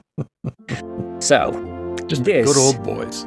This is the most British of the movies, chock-a-block with references from the UK that may leave some outsiders feeling like a numpty. So, to prepare you, I've quilted in some British slang in my rundown. You ready, mate? Fantastic. Ready? I am ready. It's been 28 years since the rage virus took out Great Britain, and things have taken a bit of an evolution. The infected on the mainland are still stroppy and drilling to throw a proper wobbly on sight, but they got a bit of a pecking order now. Meanwhile, off the coast of Blighty is Holy Isle, where a town full of survivors are taking it back to the good old days of slings and arrows. And this is where we find Jamie, played by the always fit Aaron Taylor Johnson, who's going to take his boy Spike, played but with bloody brilliance by Alfie Williams, on his first foray into the mainland to go knees up aggro style and rumble with the peaky freakies. Now, through Spike's eyes, we get a coming-of-age tale that examines a lad's relationship with his old man and the pressures of a society locked into blind survivor mode because the by-and-by looks sunk. But it's also about a lad's love for his mum and how even when we walk through hell and are surrounded by death, we should remember that we're put on this earth for more than hate and violence. Mum. So, bruvna, 28 years later, did Danny Boyle and Alex Garland make the dog's bollocks or the dog's breakfast? And I'll remind you here that the dog's bollocks is actually a good thing. Okay. And the dog's breakfast is terrible. Yeah. I believe it's the dog's bollocks. Huh. I like this movie way better than the other ones. I do not like the end of this movie at all. We don't want to get into spoilers, but it does take a... I'm not gonna say. It takes a wicked googly at the end of this one. You think it's coming over, but it comes under in the end, and you're like, that one went right past me. You got 2 wickets left, and you pitched a wicked googly, and yeah, something like that. The end is a shit show, but the movie I think is the best of them, even though it was filmed with iPhones and bullshit. You know? Yeah. Steven Soderbergh would be happy running around in the woods with his soft slippers, being quiet. I mean, have you seen the photos of like some of those rigs with the iPhones? Yeah. It's crazy. Kind of brilliant. The way they did like the bullet time with the 20 iPhones on a horseshoe. Yeah. Yeah. It's That's cool. pretty wild. So I think it's a well done movie. I think it's an artistic movie. I like the acting. I like the story up to a point. I like the overall feel of it up to a point, because it really does take a sharp turn in tone at the very end. Now, there are certainly things I don't like about it. I don't like some of the character decisions. I don't think they track as far as being realistic, but I did like this movie more than the others. What would we rate this one with? Would we also rate this one with... I think, and it's not really a spoiler, but if I was going to rate this with anything, it would be with zombie dongs. Because you certainly see, I mean, not since the Jimmy Dean family reunion has there been a sausage party this extreme. It reminded me of The Gift in Rome, season 2. Do you remember that? Oh, you remember watching Rome? Yes. Oh, look what Delilah sent over, and it's just a large man with a 10-inch flaccid penis. Yeah, I don't know. Is that really a gift? Ribbon tied around it. Yeah. Seriously, is that really a gift? But I'll be honest, I looked at that alpha dong and I thought, it isn't that big. What are people talking about? Seems kind of average to me. Yeah, running at top speed, man. That thing is windmilling like it belongs on the Dutch countryside. It's making herniated walls right there. Holy smokes. There's some mushroom stamps all over those thighs. Yeah, see, I will disagree with you. I think we're actually flipped on this one. Really? I'm only going to give this one 6 zombie dogs.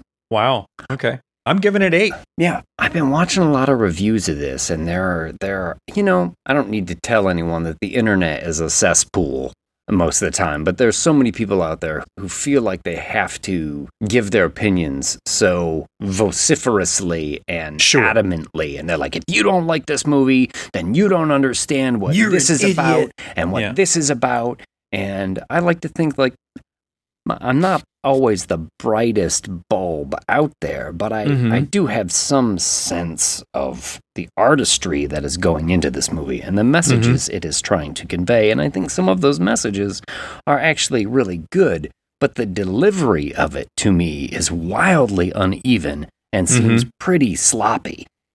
You know, you could uncork like a bottle of fine wine, like a, you know, vintage French Bordeaux or something. Be like, try this. But if you pour it in the palm of my hand and I have to fucking slurp it up, like, well, the wine might be good, but the delivery system is not helping get that point across at all. And I felt like that with this movie. There are a number of small things throughout it that, like we were complaining about with 28 Days Later, I find some of those issues are more magnified in this one. Some of those choices bother me more in this one than they do in 28 Days Later. And I mean, there's definitely some choices that bother me in this movie. And it irritated me frequently throughout the movie, so that when I get to the end, and it is such an abrupt tonal change, I really left kind of like shaking my head like, what the fuck did I just watch? You know? Sure. Yeah. And I've been listening to interviews with Danny Boyle and Alex Garland, and I understand some of the messages that they're trying to convey, because, you know, like horror movies and zombie movies, for lack of a better term, right? There's always a certain metaphorical level or a certain message about humanity that they can always try and convey. I just find the delivery system in this one to be really off kilter. And in some ways, it's almost like they were thinking more about the next story to come than they were about how they were getting this one across. Yeah, you're probably right about that. And I think that sort of goes in line with the things that I don't like about this movie. But the things that I do like about this movie stand out so heavy for me. Like, I'm looking forward to seeing it again. Yeah, I think you only saw this one once, as did I, right? Because it's just in movie theaters right now, and that's all we had time for. Yeah, the thing is that things took me out. And we had this discussion when we talked about Sinners, too, of like, this really took me out of this movie. Sure. But I really want to see Sinners again. This one... I mean, as do I. The things that took me out, I'm like, I don't know if I want to go through that again. I feel like I want to watch it just to see, did it really take me out? Or did I miss something? Well, I guess the difference for me is that the Sinners, there are things that took me out, or things I had questions about that I felt as an audience member I could make up my mind about what it meant, or think about why I wasn't getting it, or if I was getting it.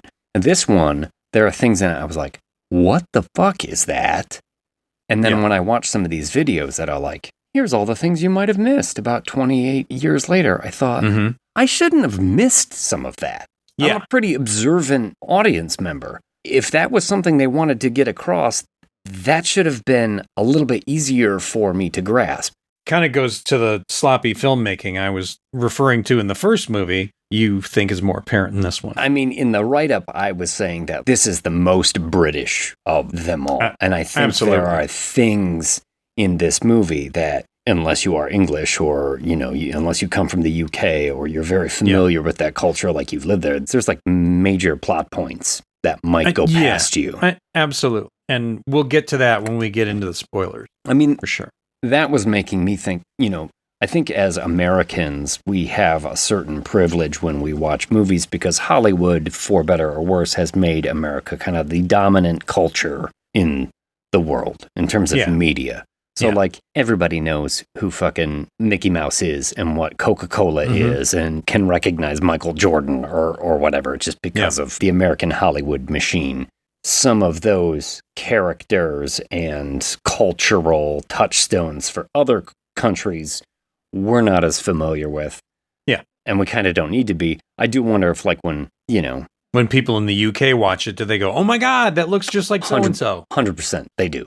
Yeah. 100% they do. I won't fault it completely for that, but I do wonder about including it in the movie at all. And I mean, like I said, it's the first of, they're hoping, a trilogy, but there's at least another movie coming after this.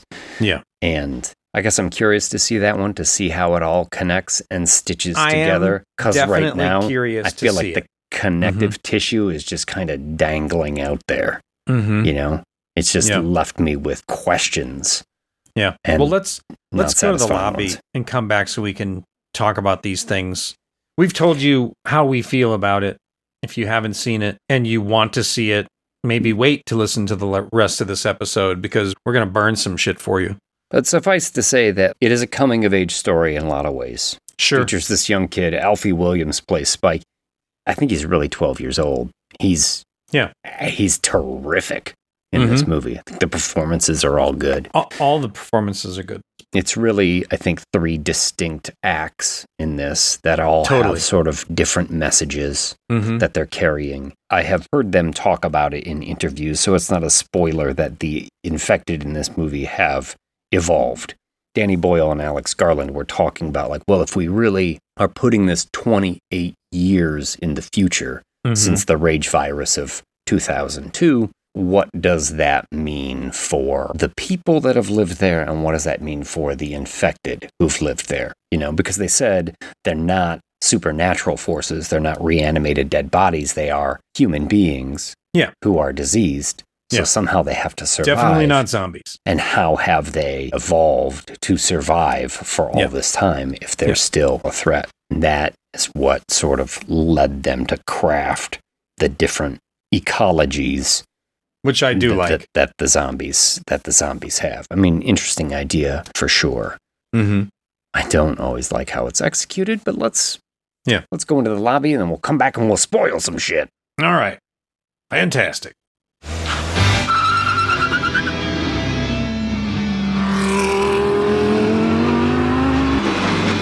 Ain't it funny how the Duke boys mix it up with the bobbies like strawberries with a bowl of clotted cream?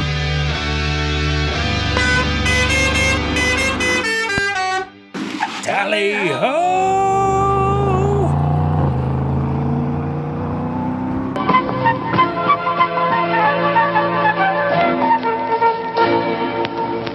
Show starts in 1 minute.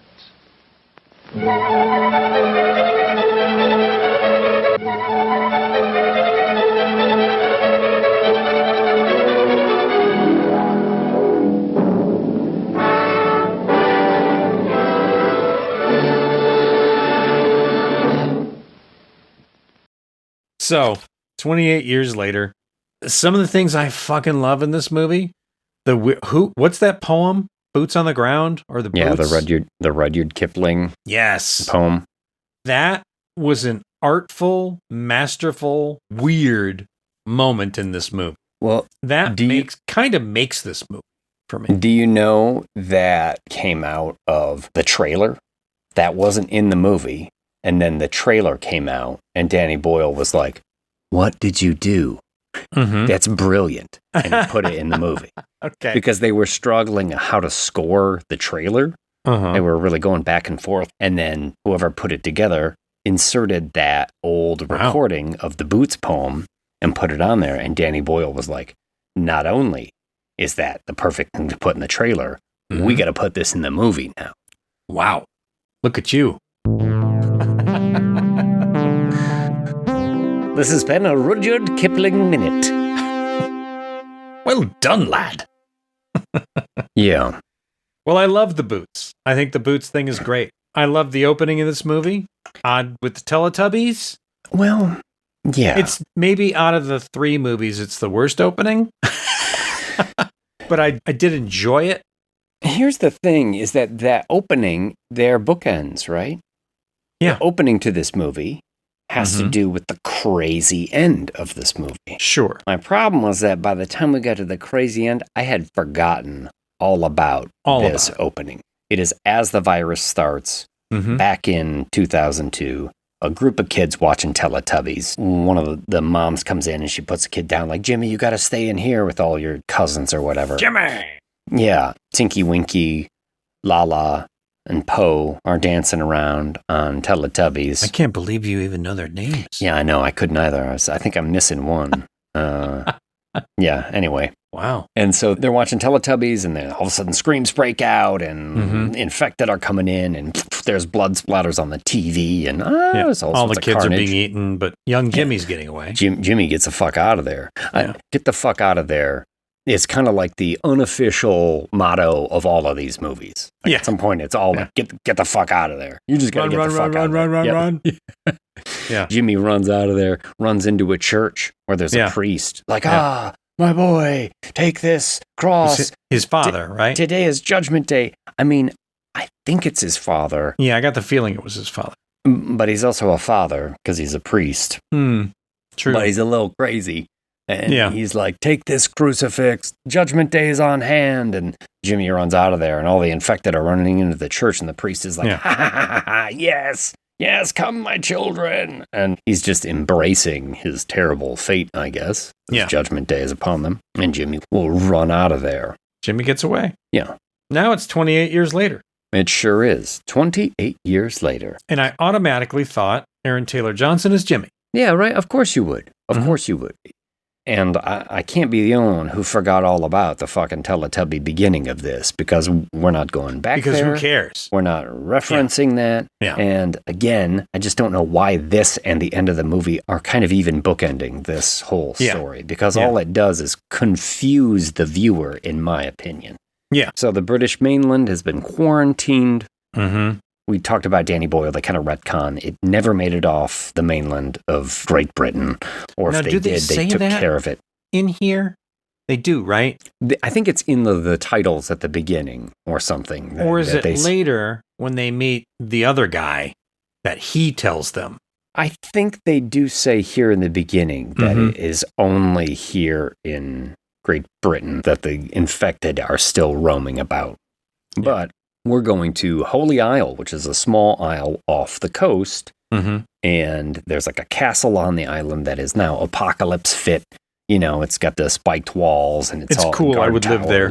Sure. I mean, if you are in an apocalyptic situation, this is the kind of place you're looking for, right? You know, you're looking for some sort of keep on an island. It's perfect. And they're subsistence farming and they've got livestock and everybody's got their job to do. And it's what you do when you have to get like apocalypse lean.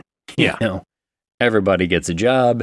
Everybody's got their place. Everybody's got their station. Everybody's got their routine. That's just what you do. By the way, my first problem with this movie is it's isolated to the UK.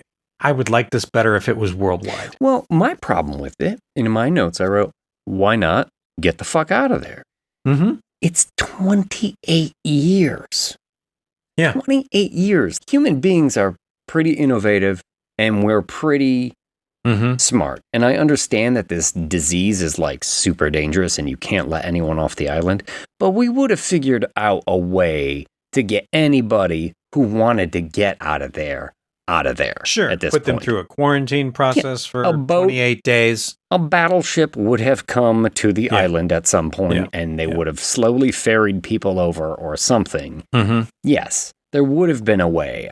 So immediately I have a little bit of a problem, and I think it speaks to what you said. Like, why isn't this a worldwide problem? Yeah. Why is this just a British problem? Be better if it was a worldwide problem. Makes no sense for it to be just a British problem. Well, to me, Alex Garland, who wrote the screenplay, I know he was experimenting with themes of isolationism and regression. He says it's not a movie about Brexit, but it kind of is. I can't help but see some tones in there of like, sure, this is a society that is just looking back to maintaining a very traditional way of life.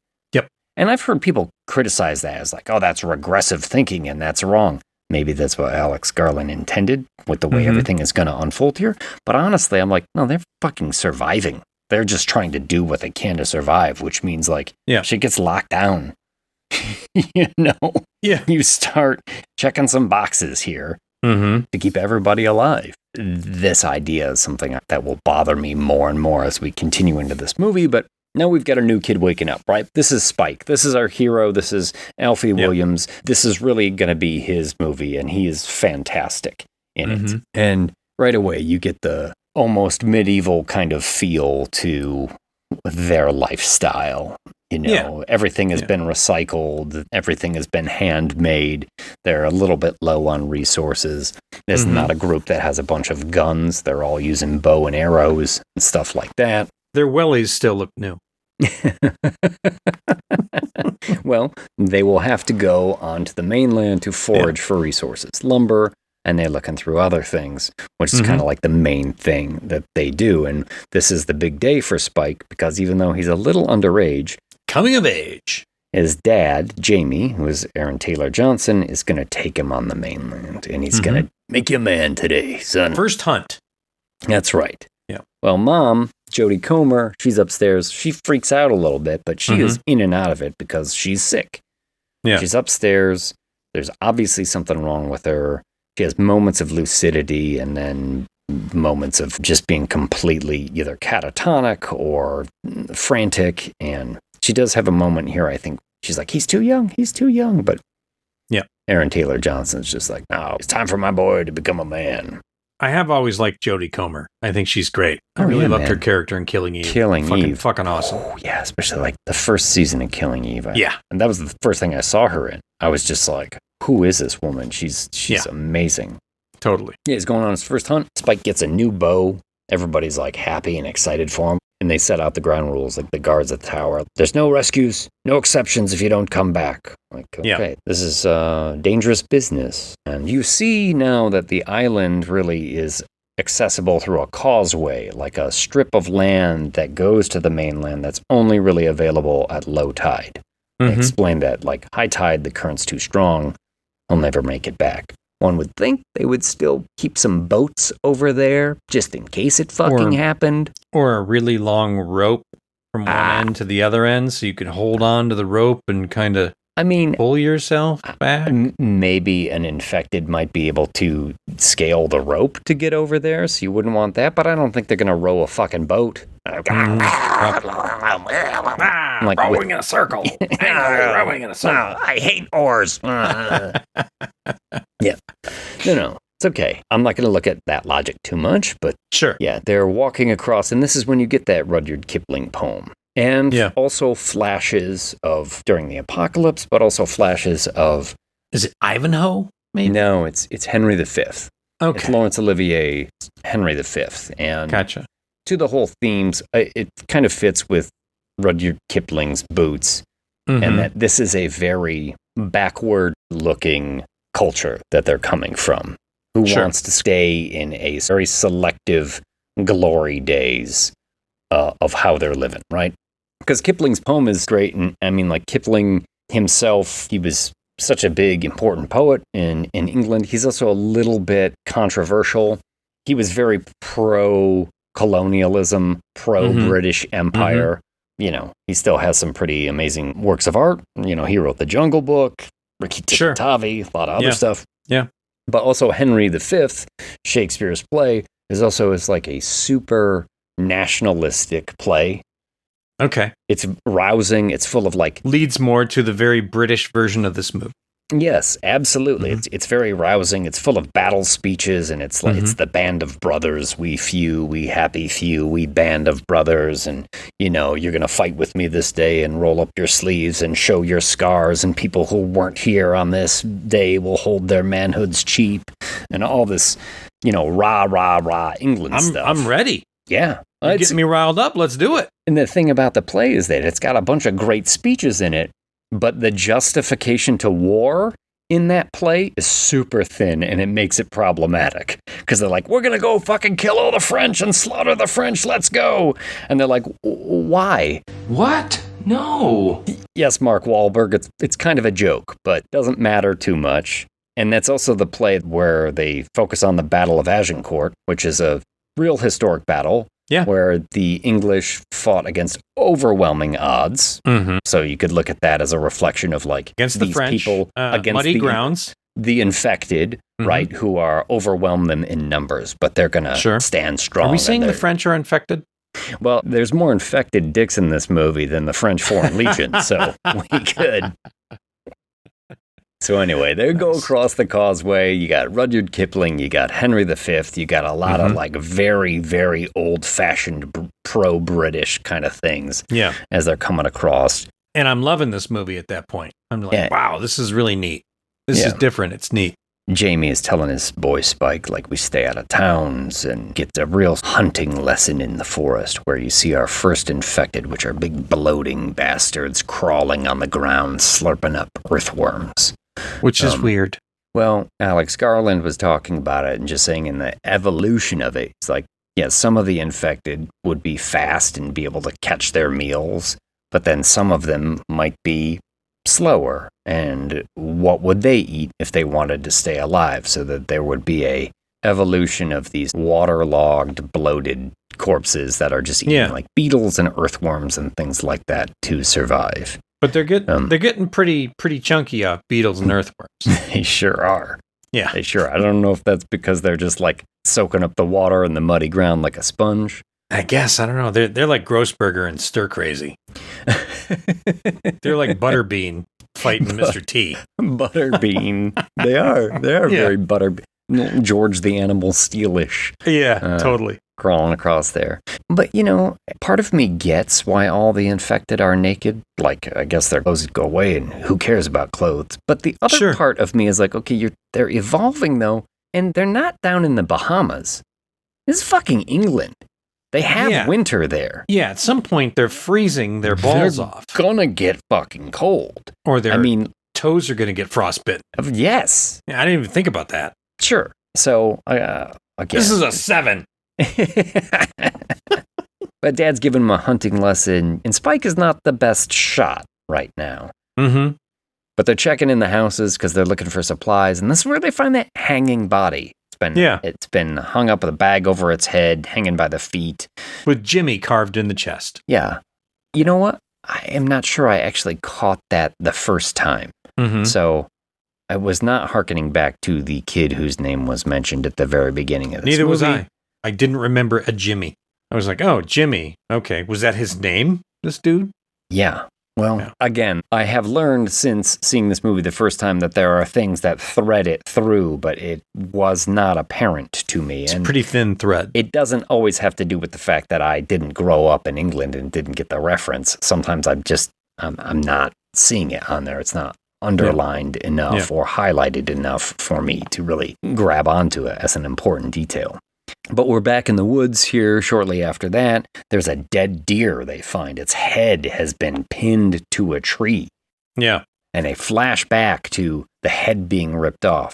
Does the spine come out of this one too? It does. I hate that detail. I hate it. Yeah, because it's not possible. Because if it comes off Mortal Kombat style, it's kind of like a cartoony way to go. And I thought, you're an effects guy and you've studied anatomy a lot to a point for your art, but like, would the spine come out with the skull? No, like and that? it's a fun gag, and I see why you want to do it because it's a fun gag, and but it's a great. They do it. They do it so many times, and it's a great way for a Jason or somebody to kill somebody in a slasher movie. That's a fun slasher movie, but in a movie that's supposed to be more realistic, no, it's dumb. Yeah. It's one of the things that it just had me sucking the air through my teeth. You know, the Predator did it better. Yeah. Yes, Predator did it better. Mm-hmm. But he's got tools. This guy's just doing it with brute strength, and it's how it always happens. Like, I guess it's all in the wrist. He's just like, it is a slight twist here, and kind of the vertebrae little just up shimmy, pop just out. kind of pop it out. If they had done it once, I wouldn't care. But it's how it always happens here, and it's going to drive me a little bit crazy. Danny just went, "Oh, I love that! I love that! Let's put that in every kill." Yes. By the way, Danny Boyle to me looks like English Martin Scorsese. You think? Yeah, I do. Maybe I need to put put Danny like Boyle and Martin Scorsese next to each other. You're like, oh, okay. a mop of hair on him. Yeah, I guess. I'll have to check Danny it out. Boyle now and Martin Scorsese 15 years ago. Okay. Actually, I happen to know a few people in my life that look like Danny Boyle a little bit. Really? So that's all I could get on my head. But also this putting the deer head up there as sort of a warning got me thinking right away about the evolution of these creatures and how much agency they have over their own actions. Now, I'm starting to think a little bit here about I Am Legend. It is something, and not the shitty Will Smith movie, I'm talking about the original story. It's something that will persist a little bit in this movie and ultimately drive me a little bit crazy, but we'll get there. Mm-hmm. Yeah, Dad sees that deer head. Oh, all right, boy, let's head back. And that's where you see, like, across the meadow, there's a lone runner kind of crest the hill, and then, like, a bunch more come out. Yeah. Alpha! Alpha Dog. Yeah, Alpha Dog. Dad's picking him off to blow an arrow. There's the dick slapping the thighs as it's racing towards you. I mean, I'm sure there's like nettles and thorn bushes and stuff like that. Like, part of this evolution could have included a loincloth. I'm not being a prude here. I'm just saying it gets fucking cold and, you know, you leave that thing flopping out enough. Eventually it's going to snag on something. It's just going to get in the dirt and that's no fun, right? Yeah. Get him in the head of the heart, Spike's. Dad's picking him off. Blood's on the camera. Spike, again, not a great shot, but they run into a house as they're getting chased and they kind of escape up into a loft sort of attic peak area just up through the hatch so that the infected can't get up there. They kind of lose them for a bit and they got to stay the night in this house, so they'll be on the mainland and have to make it back in the morning. Dad doesn't have any arrows left. They're low on resources. I'm sorry, Dad. Don't apologize. You know, he's still being like a tough dad with him. And this, I think, this is when Spike notices the fire for the first time in the distance. Yeah, looking out through the hole in the roof, he sees the fire off in the distance, and he's like, what's that? And his dad's like, it's nothing. Yeah. Never been there. Yeah.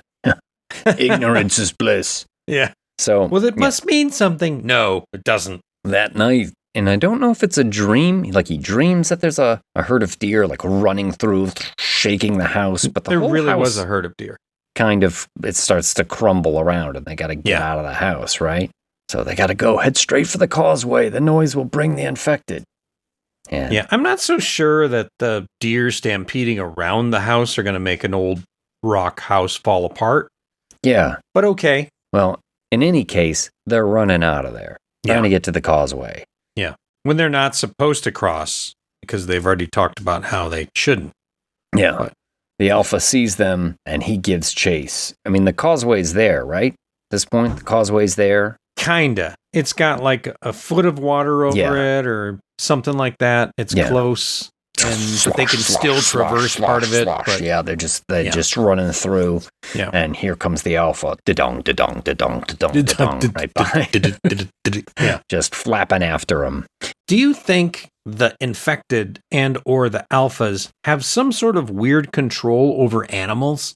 Because there's some sort of weird animal life thing that goes around them. The stampeding of the deer, the gathering of all the birds that are like swarming around the alpha and then racing towards our people escaping. Yeah.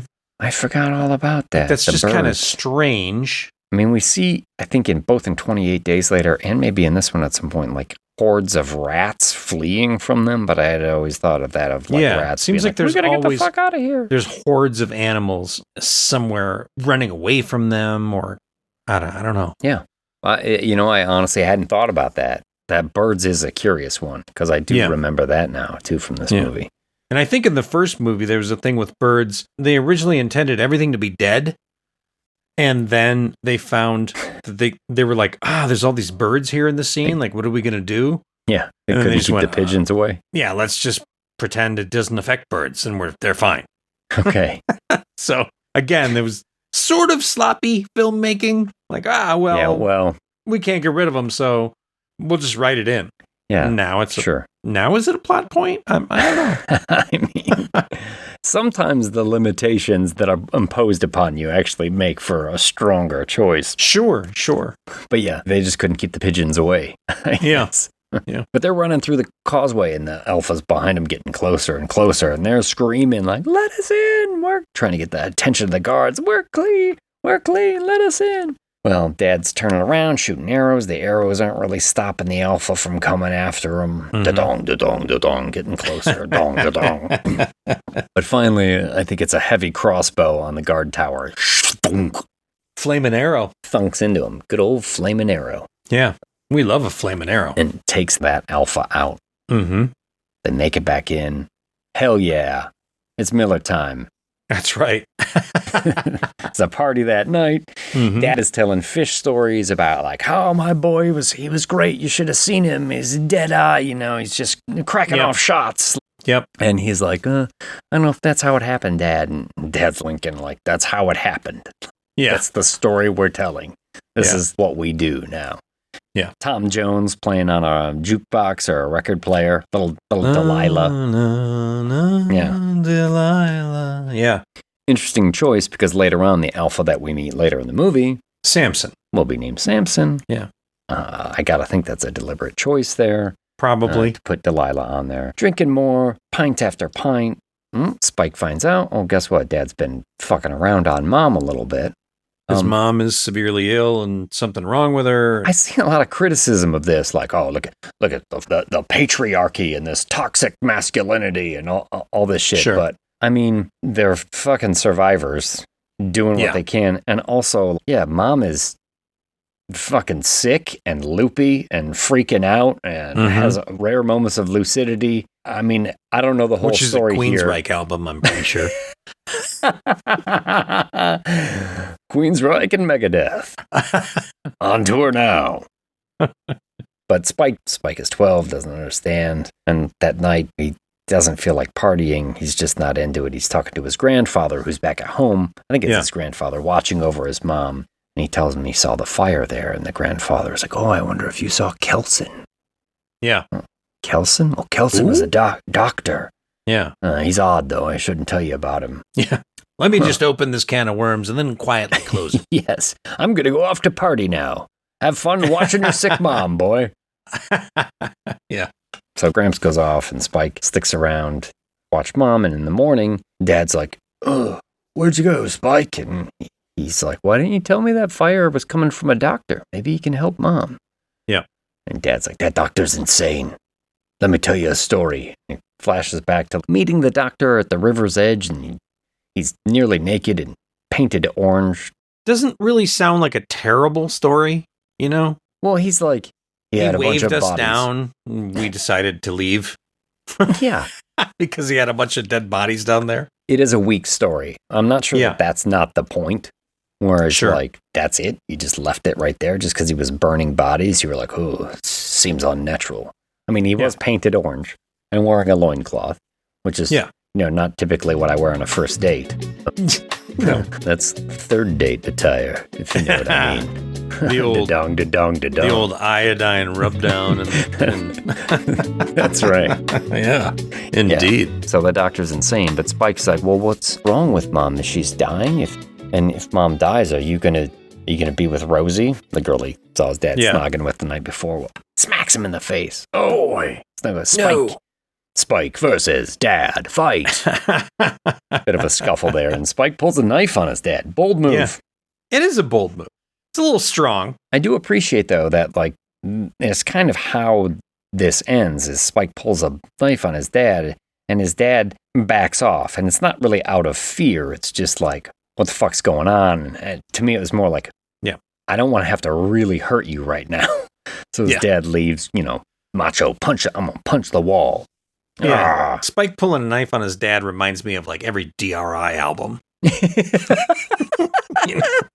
Right? Couch slouch! Wow. Fuck off! Wow. Yeah. Remember that DRI song where the angry dad comes in? And he's like, listen, I don't need you at all. You and these other dummies. I don't even know who this guy is. Dad, that's Spike. That's funny. DRI, I remember a few of their songs. I remember you gave me a DRI t-shirt that I used to wear in Junior. Violent Pacification, right? Yeah. Slumlord Doesn't Care. Oh, okay. Slumlord Doesn't Care. And other classics. So his dad hits the wall. He's going to go be angry somewhere else. And then this is when Spike hatches plan. We're about to get into Act 2 of this movie. Spike will start a fire to distract people from the gate, and then he's going to take his mom off the island to go find the doctor and try and get her help. So this is my second biggest problem with this movie, is you just had a terrifying experience on this island with your dad. You left with your tail between your legs. Now you're going with your loopy mom, and you're just going to walk right into this mess of what you just barely escaped from? Yeah, kids are dumb. Mm-hmm. Yeah, yeah. And he loves his mom. It's about a lad's love for his mom. Yeah. This is the part of the movie we're going in, because we're going to see in our lucid moments how mom's and we do love our relationship- mom. Absolutely. I don't know that I'm going to a monster island with her, though. Not unless she has an Uzi, because then we know our mom is lethal. That's right. Finally got her hands on an Uzi after all these years. Oh, she's looking forward to the apocalypse. Mom After threatening just about every municipal worker at some moment. Mom finally got an Uzi. You watch out now, motherfuckers. Totally. Yeah. It's like Hobo with a shotgun, only it's Mom with a Uzi. Rated R. Anyway, we're taking forever to get through this. Yeah. Mom, we're going to the doctor. He's going to make you better. Here we get some beautiful long shots. We get the drone shots that they never could have in 28 Days Later, but there's a lot of like, not really Lords of the Ringsy, but you know what I mean? Sort of the sweeping, we're traveling across the countryside and moving through the barley and the lilacs or whatever the fuck it is. And I love the look of this, and I love the camera stuff in this movie. Obviously way better than the original, because the original was that early fucking crappy DVX or DV or whatever the fuck it was. Yeah. Again, I kind of enjoy part of the graininess of that first one. But this one undeniably looks better. Looks crisp smoother. and clean and 20 iPhones on a a Okay, cool. Great. 28 iPhones later. 28 They've made a beautiful movie. But Mom sees the Abbey in the distance, and they're going to stay there that night. And in her lucid moments, she's like telling jokes and making faces with them. And she's like, oh, is your dad like this with you? Silly like this? Like Granddad was with me? And no, he's not. I mean, we're just kind of highlighting the difference here between the father-son relationship and the mother-son relationship. And it's sweet while it lasts. But they go to sleep in the Abbey, and the boy is sleeping as one of those crawling infected is approaching him. Yeah. And this is a moment that kind of drove me a little crazy because it gets closer and closer, and it's like right at the boy's face, and he's just sleeping there and not waking up. And then I think we've cut to the morning and everything is fine, but you will find out through a flashback or something that mom woke up, saw what was happening, grabbed the thing, and then very violently, almost like one of the infected herself, smashes the thing to absolute bits. Yeah. And the kid he doesn't never wakes up. Exactly. I kept thinking that too. I was like, this is sloppy storytelling. Well, there should have been another way around this, but okay. The question that I kept asking myself at some point was like, how literal am I supposed to take this movie? Because it's obviously loaded with a lot of theme and a lot of messages and some metaphors, and it's trying to tell me something. That is undeniable. And some of these messages are good, but how literal am I supposed to take this? Because this is a world I'm supposed to believe is very dangerous, where a single drop of blood can turn you into like a fucking monster who will kill your own family, right? Yeah. Within 20 seconds. That is a terrifying world to live in. Yeah. But then you get moments like this where it's like more about underscoring how the mother is protective of her son and the lengths that she will go to, but it belies the reality of the danger, which is if the infected were that close, you would fucking wake up, and then what would you do? And there are other moments in this. It's not making logical sense. And maybe, like you said, is it sloppy storytelling? Yeah, maybe.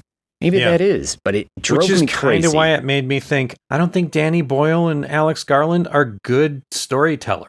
I think they have a broad idea of how it should be, and then they just have a shitload of plot holes, and they go, whatever. Yeah, the ideas seem good to me. The execution, though, like I was saying, like it's like pouring a glass of fine wine into the palm of my hand. I'm like, well, I can taste this, and I can get some, but like there's got to be a better way to experience this idea. Sure. Well, we're about to cut to a different set of people here because we get some quarantine troops, some guys from the continent that have been shipwrecked on the island. Yeah. We'll meet Eric, who I think is Swedish. And bork. Sure. And the rest of his troops with him, and they are getting hunted now by some of these naked infected. Yeah. Like I said, it is quite a sausage party here, and they're taking these troops It really apart. is. And they are hunting. And this is something I know Alex Garland was talking about too, about the evolution of them. Is like some of these infected would learn to hunt in packs, and that's where they got the idea of if they hunt in packs, would an alpha develop out of that? Which I think is good. I like all the infected levels, the bloated ones to the alphas to the the pregnant one we're about to meet. Oh, God damn it. Yeah. Well, another guy gets his head torn off, Mortal Kombat style, here by the alpha. And I was like, oh, again, huh? All right. But Eric manages to escape. We're going to cut back to Mom and Spike, still out there. This is when we get that desiccated zombie from the trailer. A really skinny dude. Remember when that trailer dropped and everyone was like, it's Cillian Murphy? Yes. Because it does look like him. Yeah, it is not, though. That was like Danny Boyle. I heard him say that like 8 times in all the interviews that it's like, it's not Cillian Murphy. But Mom and Spike will get chased by some zombies and they'll run into like a diner. It's, I think, a diner, or maybe it's another petrol stop, but it's filled with gas. Get down, they hear a voice say. And poof, gets firebombed in there. And another good fire stunt here. So one of our infected gets all crisped up. Yeah. And going through a hatch, this is when Mom and Spike meet up with Eric, the quarantine troop that we had just saw from before. Mom's out of it for a little bit, and as Spike and Eric get to know each other, there is the clearest and maybe the funniest bit of just like social commentary where Eric is from a world which must be a lot like ours. Yeah. Modern world, whereas it's a couple Spike of years is from now, when AI has taken over. The quarantined world. So a lot of Spike's world hasn't changed since 2002 culturally. In many ways, it has gone backwards as people have taken a more agrarian and hunter-gathering sort of lifestyle in their fort. And Eric pulls out that photo Is it on his phone? Yeah, it must be on his phone. Yes. And it's charged. Of his it's got girlfriend. Girlfriend's picture on that. What's wrong with her face? Yeah, that was a good line. What do you mean, what's wrong with her face? It's like, Yeah. Oh, I knew a girl like that. She had a shellfish allergy and her lips got all swollen. Yeah, that was good. I love that. Yeah, that is a good little bit. Yeah. But then soon, when they're on the road again, they'll be going through a train, and you'd seen her already. Yeah. The Prego zombie. Yeah. Right. And there's a zombie who is pregnant on this train that is stopped. It's like a train car that they're all moving through. And she is screaming.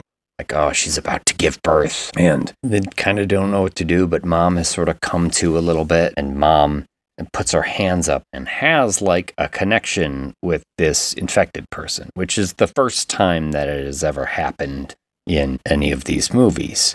Yeah. I don't really like the choice so much, to be honest with you, but they're talking about how these things have evolved. So, all right, I'm going to give this a shot. Well, Prego zombie has the baby.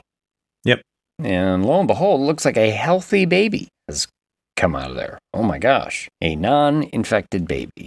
Yeah. And then shortly thereafter, Prego will go like a little bit, and Eric will blow her away. Yeah, So she slips out of mom mode and back into... back into infected mode. But this whole thing got me thinking, like, what is the deal here? Because so far, all we've really seen is the zombies rage. But this is suggesting that, because I know how it works.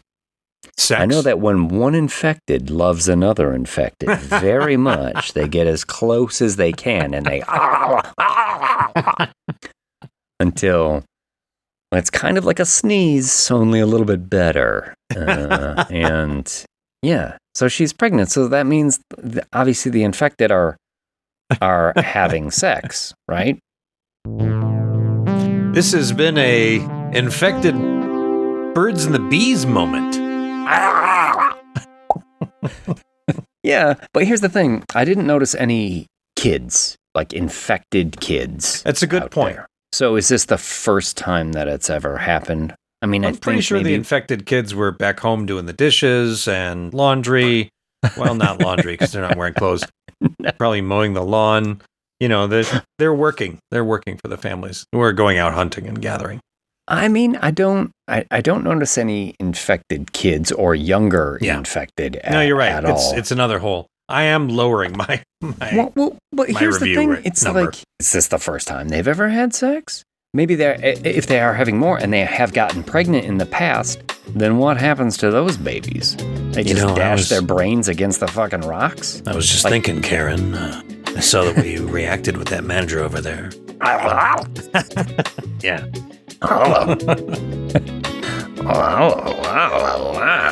I was just wondering, if you're not doing anything later. But again, they're talking about this evolution. This is an idea that they're really trying to push, that there are different kinds of infected and that they are, this is like creating a society, right? Yeah, they're procreating. There's different types. There's alphas and whatnot. Yeah, but so this has got me thinking like really about the I Am Legend thing, about like, and not the crappy Will Smith movie, but the original Richard Matheson story, which vampires. Very pulpy B-movie premise, last man on Earth, because everybody else has been transformed into vampires. He spends his day being lonely, looking for a cure, and taking vampires out of houses and just staking them. Just wherever he can find them, just murder. Murder. Well, just killing monsters. But the thing is, like in the end of that book, the turn is that they have created their own society and they lock him up and they're like, we're moving on here, buddy. You are the one who is pulling us out of our beds and murdering us while we sleep. Who do you think we tell scary stories about? Like, you are the monster. Yeah, it's good. It's great. It is. Well, it's a great turn. But I'm thinking about that now as I'm watching this movie. I'm like, oh, are they making a commentary of like, these creatures are evolving and it's our job now to figure out ways to live around them. It's something that they are going to examine even further when we get into our third act here shortly with the doctor. And no, I don't buy it. Because these things are relentless fucking monsters that just want to kill you on fucking sight. Yeah. And are they having babies and killing those babies? Or is this the first baby? I don't know. But because the babies aren't born infected because of the placenta, apparently. It just, to me, that whole they're evolving and we have to learn to coexist angle does not fucking fly in this movie at all. Because as soon as they see you, they charge at you and try to fucking stick their thumbs in your eyes. Until we get over that little bit, there's going to be no coexisting. Exactly. I don't need you to make me a fucking sandwich, but I do need you to not bite me in the fucking throat if we encounter or vomit blood all over me. No kidding. No kidding. So yes. Now they've got the baby. The alpha comes in, charging down the train. I mean, I'm just guessing by the size of his dick that he's the dad. Yeah. I mean, absolutely. I'm just jumping to a conclusion there, but he's got the equipment to do it. That alpha's like Charles Bronson in The Great Escape. Yeah. Tunnel thoroughly dug. Yeah. But he will rip Eric's head off. Mortal Kombat style. Oh, again, drives me crazy. Yeah. Drives me crazy. And then he will chase Mom and Spike. Mom's got the baby, I think. They're running away. And then he will get stuck in the neck with a blow dart as Kelson pops up. Ray Fiennes, painted orange, wearing a loincloth. And he has got morphine that he has sedated Samson with. He's given it a name. Yep. Oh, what's it was long this? hair. Yeah. Oh, this is a baby. How very interesting. He is a doctor, but he's got a very sort of research scientist bend on this. He is somehow coexisting with these things, treating them with respect and dignity. And again, I'm just this thing is a fucking horrid menace that will literally bite the nose off your face. You probably wondered, if you just tranked him, why wouldn't you just kill him now, since he's super strong? Okay.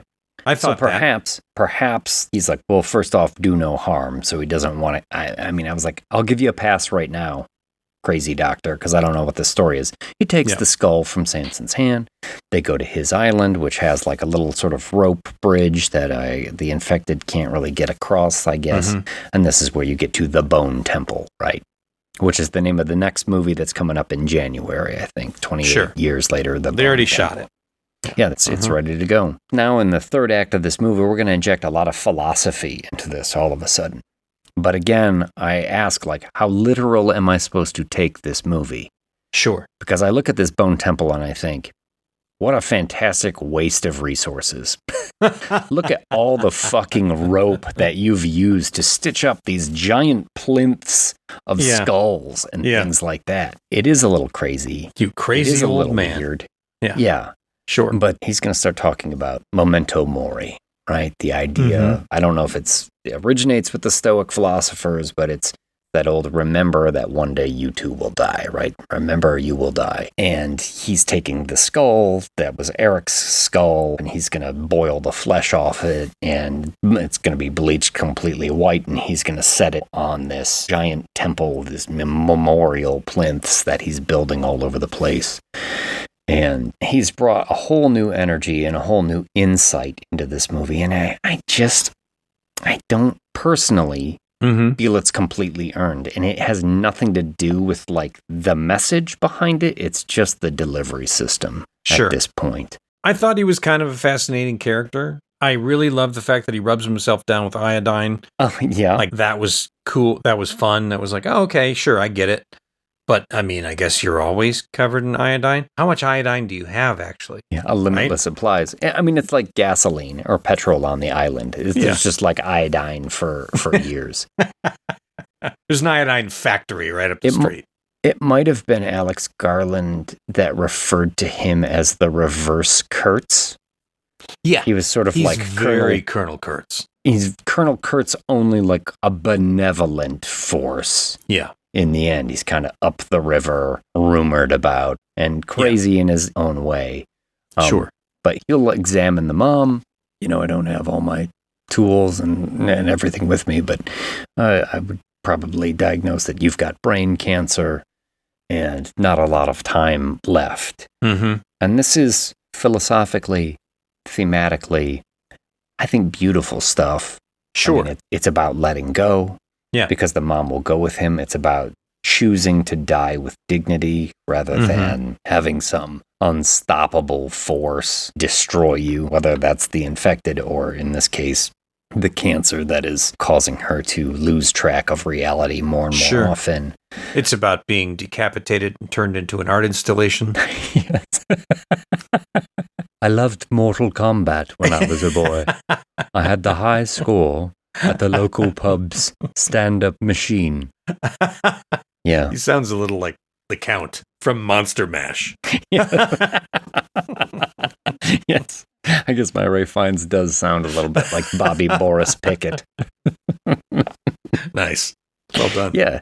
And he will say in this moment too, not just memento mori, but memento amoris. Remember that you must love. Mm-hmm. It is not a bleak nihilistic view that this doctor has. He is actually saying that, like, in the midst of all of this, remember that there are good things in your life and there are things worth living for and worth loving. Again, great message. But at this point, I'm really questioning the delivery. And, like, he will drug the kid. So Spike spends, like, a night with the baby as the doctor takes Ilsa, I think is the mom's name. Isla. Isla. Okay, yeah, Isla. He takes Isla off to kill her or euthanize her, I guess. Yeah.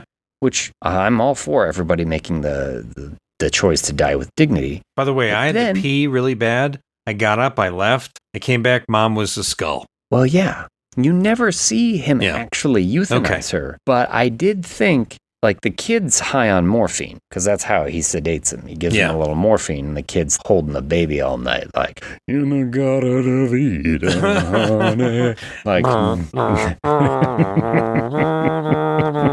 sure. But then, apparently, not only did the doctor euthanize the mom, he cut her head off and boiled the flesh off her skull so he could present. As you do. Again, I was like, that's fucking bold. That's weird. Yeah. I'm not sure that anybody, especially this kid who's been raised in the somewhat regressive traditional values that he has been, is going to be like, oh, this is my mom's skull. Yeah. Thank you so much, sir. It's fucking weird, dude. It is. Here's your mom's skull. Couldn't you have just buried her? Yeah, exactly. Exactly. You've seen what I've done here with this art installation. Obviously, you'd like your mother to be a part of it. Am I right? Yeah. Oh, I'm hoping I was right. There's really no going back, is there? Let me see if I can put the flesh back on. Unfortunately, after I cut her head off, I realized it was only strep throat. But, you know, in for a penny. Anyway, here's his skull, and find a spot for it. So Spike will climb to the top of one of these skull plinths as the sun is rising and put his mom's skull up there. And it is visually a beautiful moment. It is. It's a great moment. I don't like it. All right. And I mean, I think it's pretty. I did like this moment. So we definitely disagree with that. I just can't imagine being someone who's like, here's your mother's skull. Now go put it up there.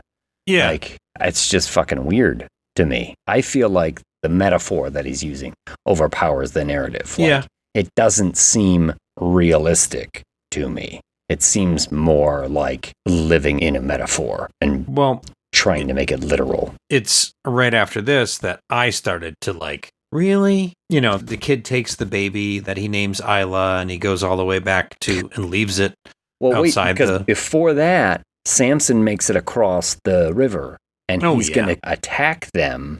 That's right. And the doctor and Spike and the baby are all hiding in this little tunnel underground, and Samson is punching through the earth and he's grabbing the doctor and yanking him up like boom, boom, boom.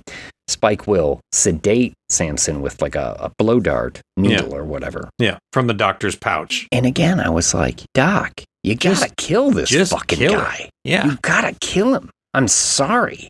Like, this is a menace and it will be your undoing. And I would almost wager money that in the next movie, Ray Fiennes' character is going to die in some sort of like Killed by Samson. bullshit sacrificial way. Well, I think there's a character referred to as Samson's father in the next movie. Oh, So I okay. think Samson gets a backstory. Okay. Well, see, and that would be a way to humanize the infected somewhat. But I just don't Would buy that mean that that Samson's only 28? No, he could have been a kid and been infected and then just grown up as an infected.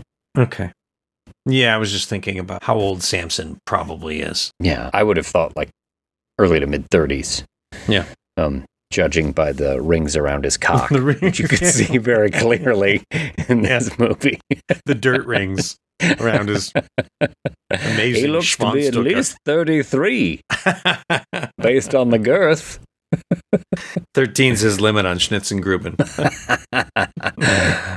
In my notes, I actually wrote, "Kill that motherfucker. Dude is a menace. Like you gotta get Sure. rid of him." But instead, sedated Samson, and Doc's like, "It's time for you and the baby to go."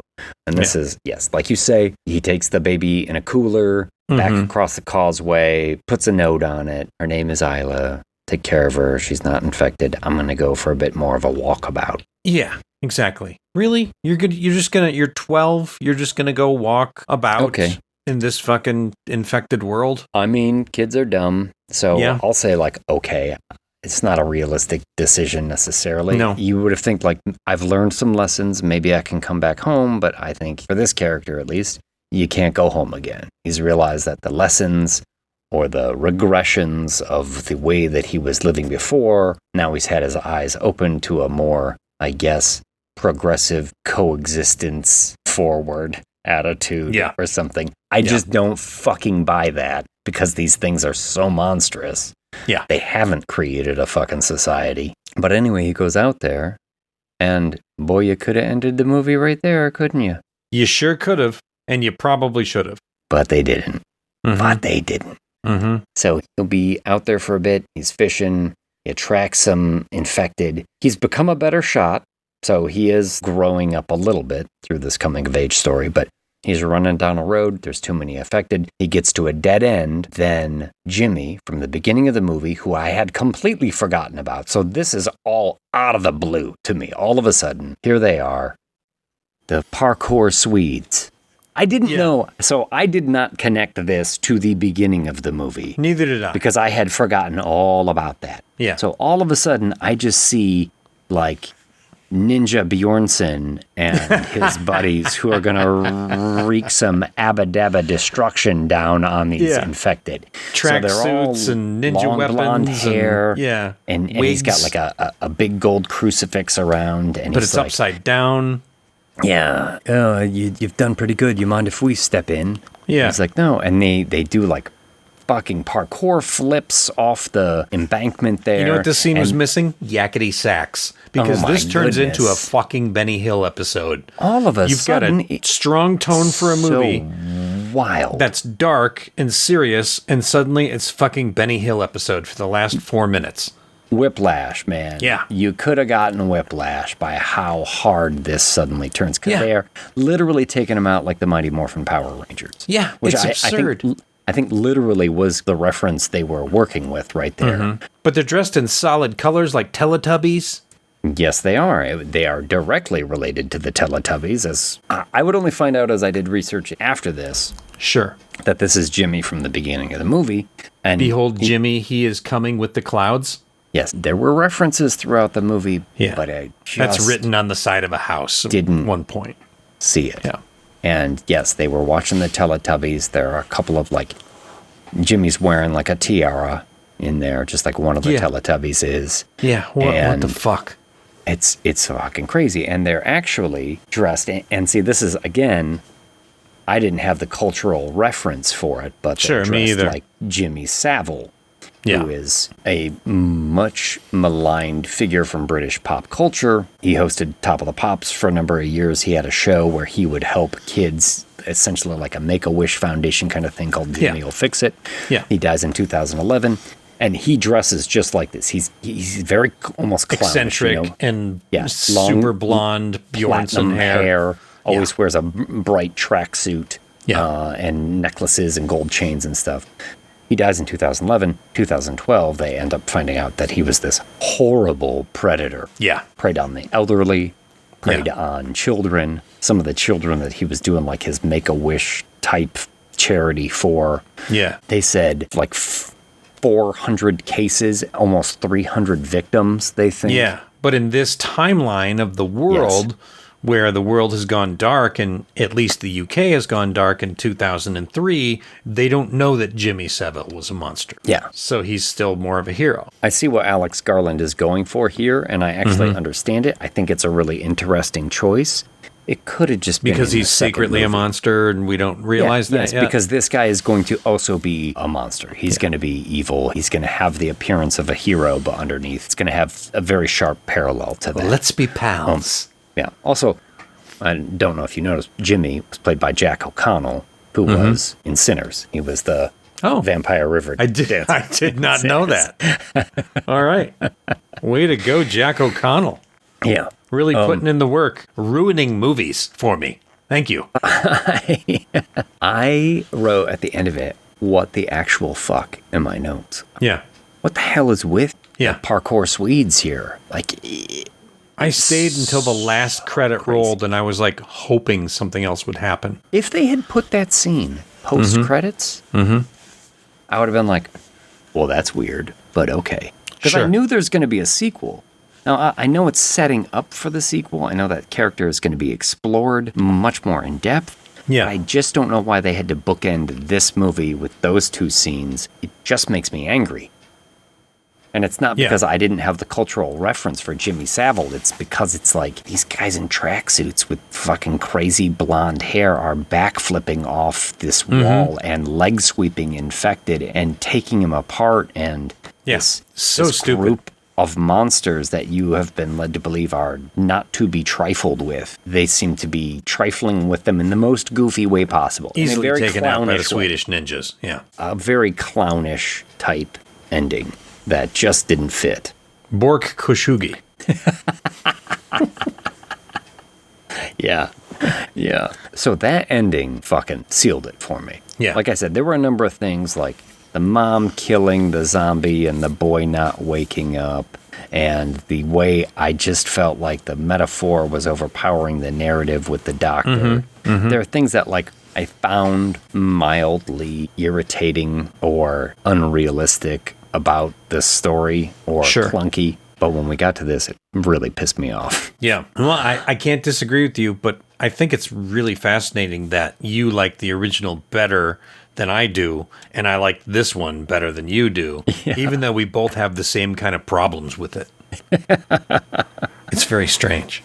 Yeah. But I guess that's it, right? Should we tell people where to find us? Yeah. If you want to send us an email or hate mail or just tell us we're doing a good job, tell us our mom was right, we're the whole damn thing 13 at gmail.com. Yep. We are also the whole damn thing 13 at Instagram. So we also post a lot of memes and trailers to the movies that we talk about and other little things. So look for us on Instagram. We're also on TikTok. I think we're the whole damn thing. But tell them a little bit about the Patreon. Come to the Patreon because we have all kinds of fun stuff at the Patreon. There's special stories, things we've cut out of this episode that's only going to be in there because this episode was way too fucking long. You're also going to get good stories like the ghost story from our Poltergeist Presence episode. That's a really great piece of Patreon content that's in there. We do fake trailers. We've done some things where some of our patrons have helped us out. We did a Misfits Monkey Shines music video that one of our patrons wrote the lyrics for. A lot of great stuff. There's fun things in there. So find us at the whole damn thing at patreon.com. And you will get invited to our private Discord channel. Absolutely. Where we have a absolutely fantastic community going. It is so rare to find an internet community that is full of cool people, exchanging ideas, being nice to each other. It continues to grow, and there's a lot of fun stuff on there. And also chances to join watch-alongs that we do every once in a while. Yeah, we've done 2 watch-alongs so far. We did Zombie on Easter Sunday, which was pretty fun. And then we're doing the Summer of 81 right now. We put up 15 different movies from 1981 and had all of our patrons in the Discord pick which were their favorite 4. And it came down to the number one that we already did a show for was Escape from New York. A bunch of people showed up for that. We watched it together. I think Scanners is the next one. Yeah, that one will probably have dropped by the time this episode comes out, yeah, too. probably. So, and the other 2 haven't been picked yet. But we're looking at maybe Heavy Metal and Dragon Slayer? Is that what's in the lead right now? Could also be Outland. Could also be Road Outland. Warrior. Okay, cool. Yeah. All right, so that's Instagram, TikTok, Gmail. Yep. Please follow us and click on that bell so you get the updates on when our new episodes drop. Please write a review. We're always looking for reviews. Help out the algorithm wherever you listen on iTunes, Amazon, Spotify. Take a couple seconds, plug those stars in, and say something nice.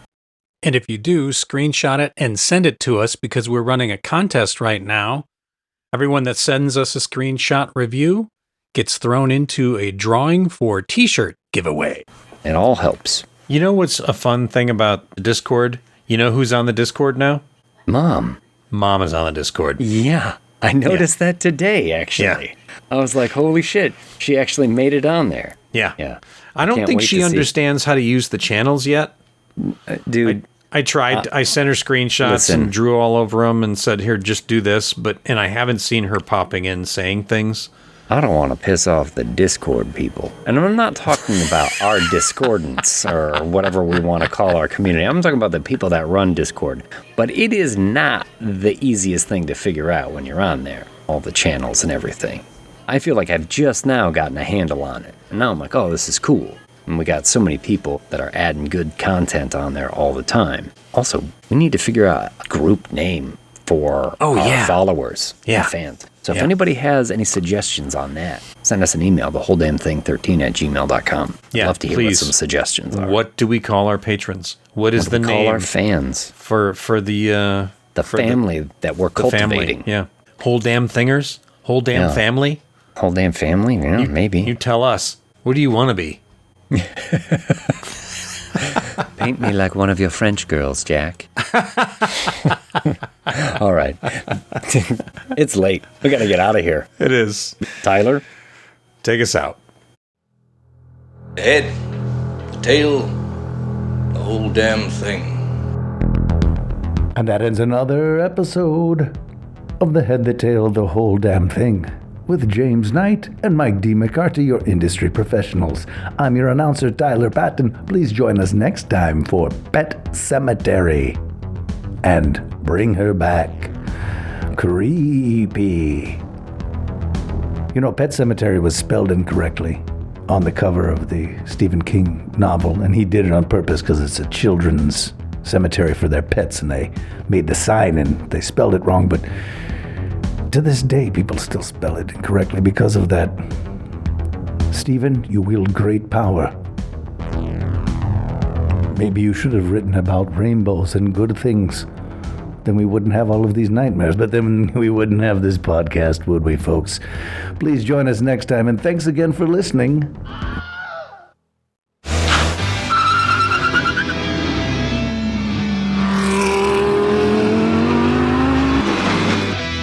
Isn't it wild how the Duke lads go after Danny Boyle like terriers with your grand's old boot?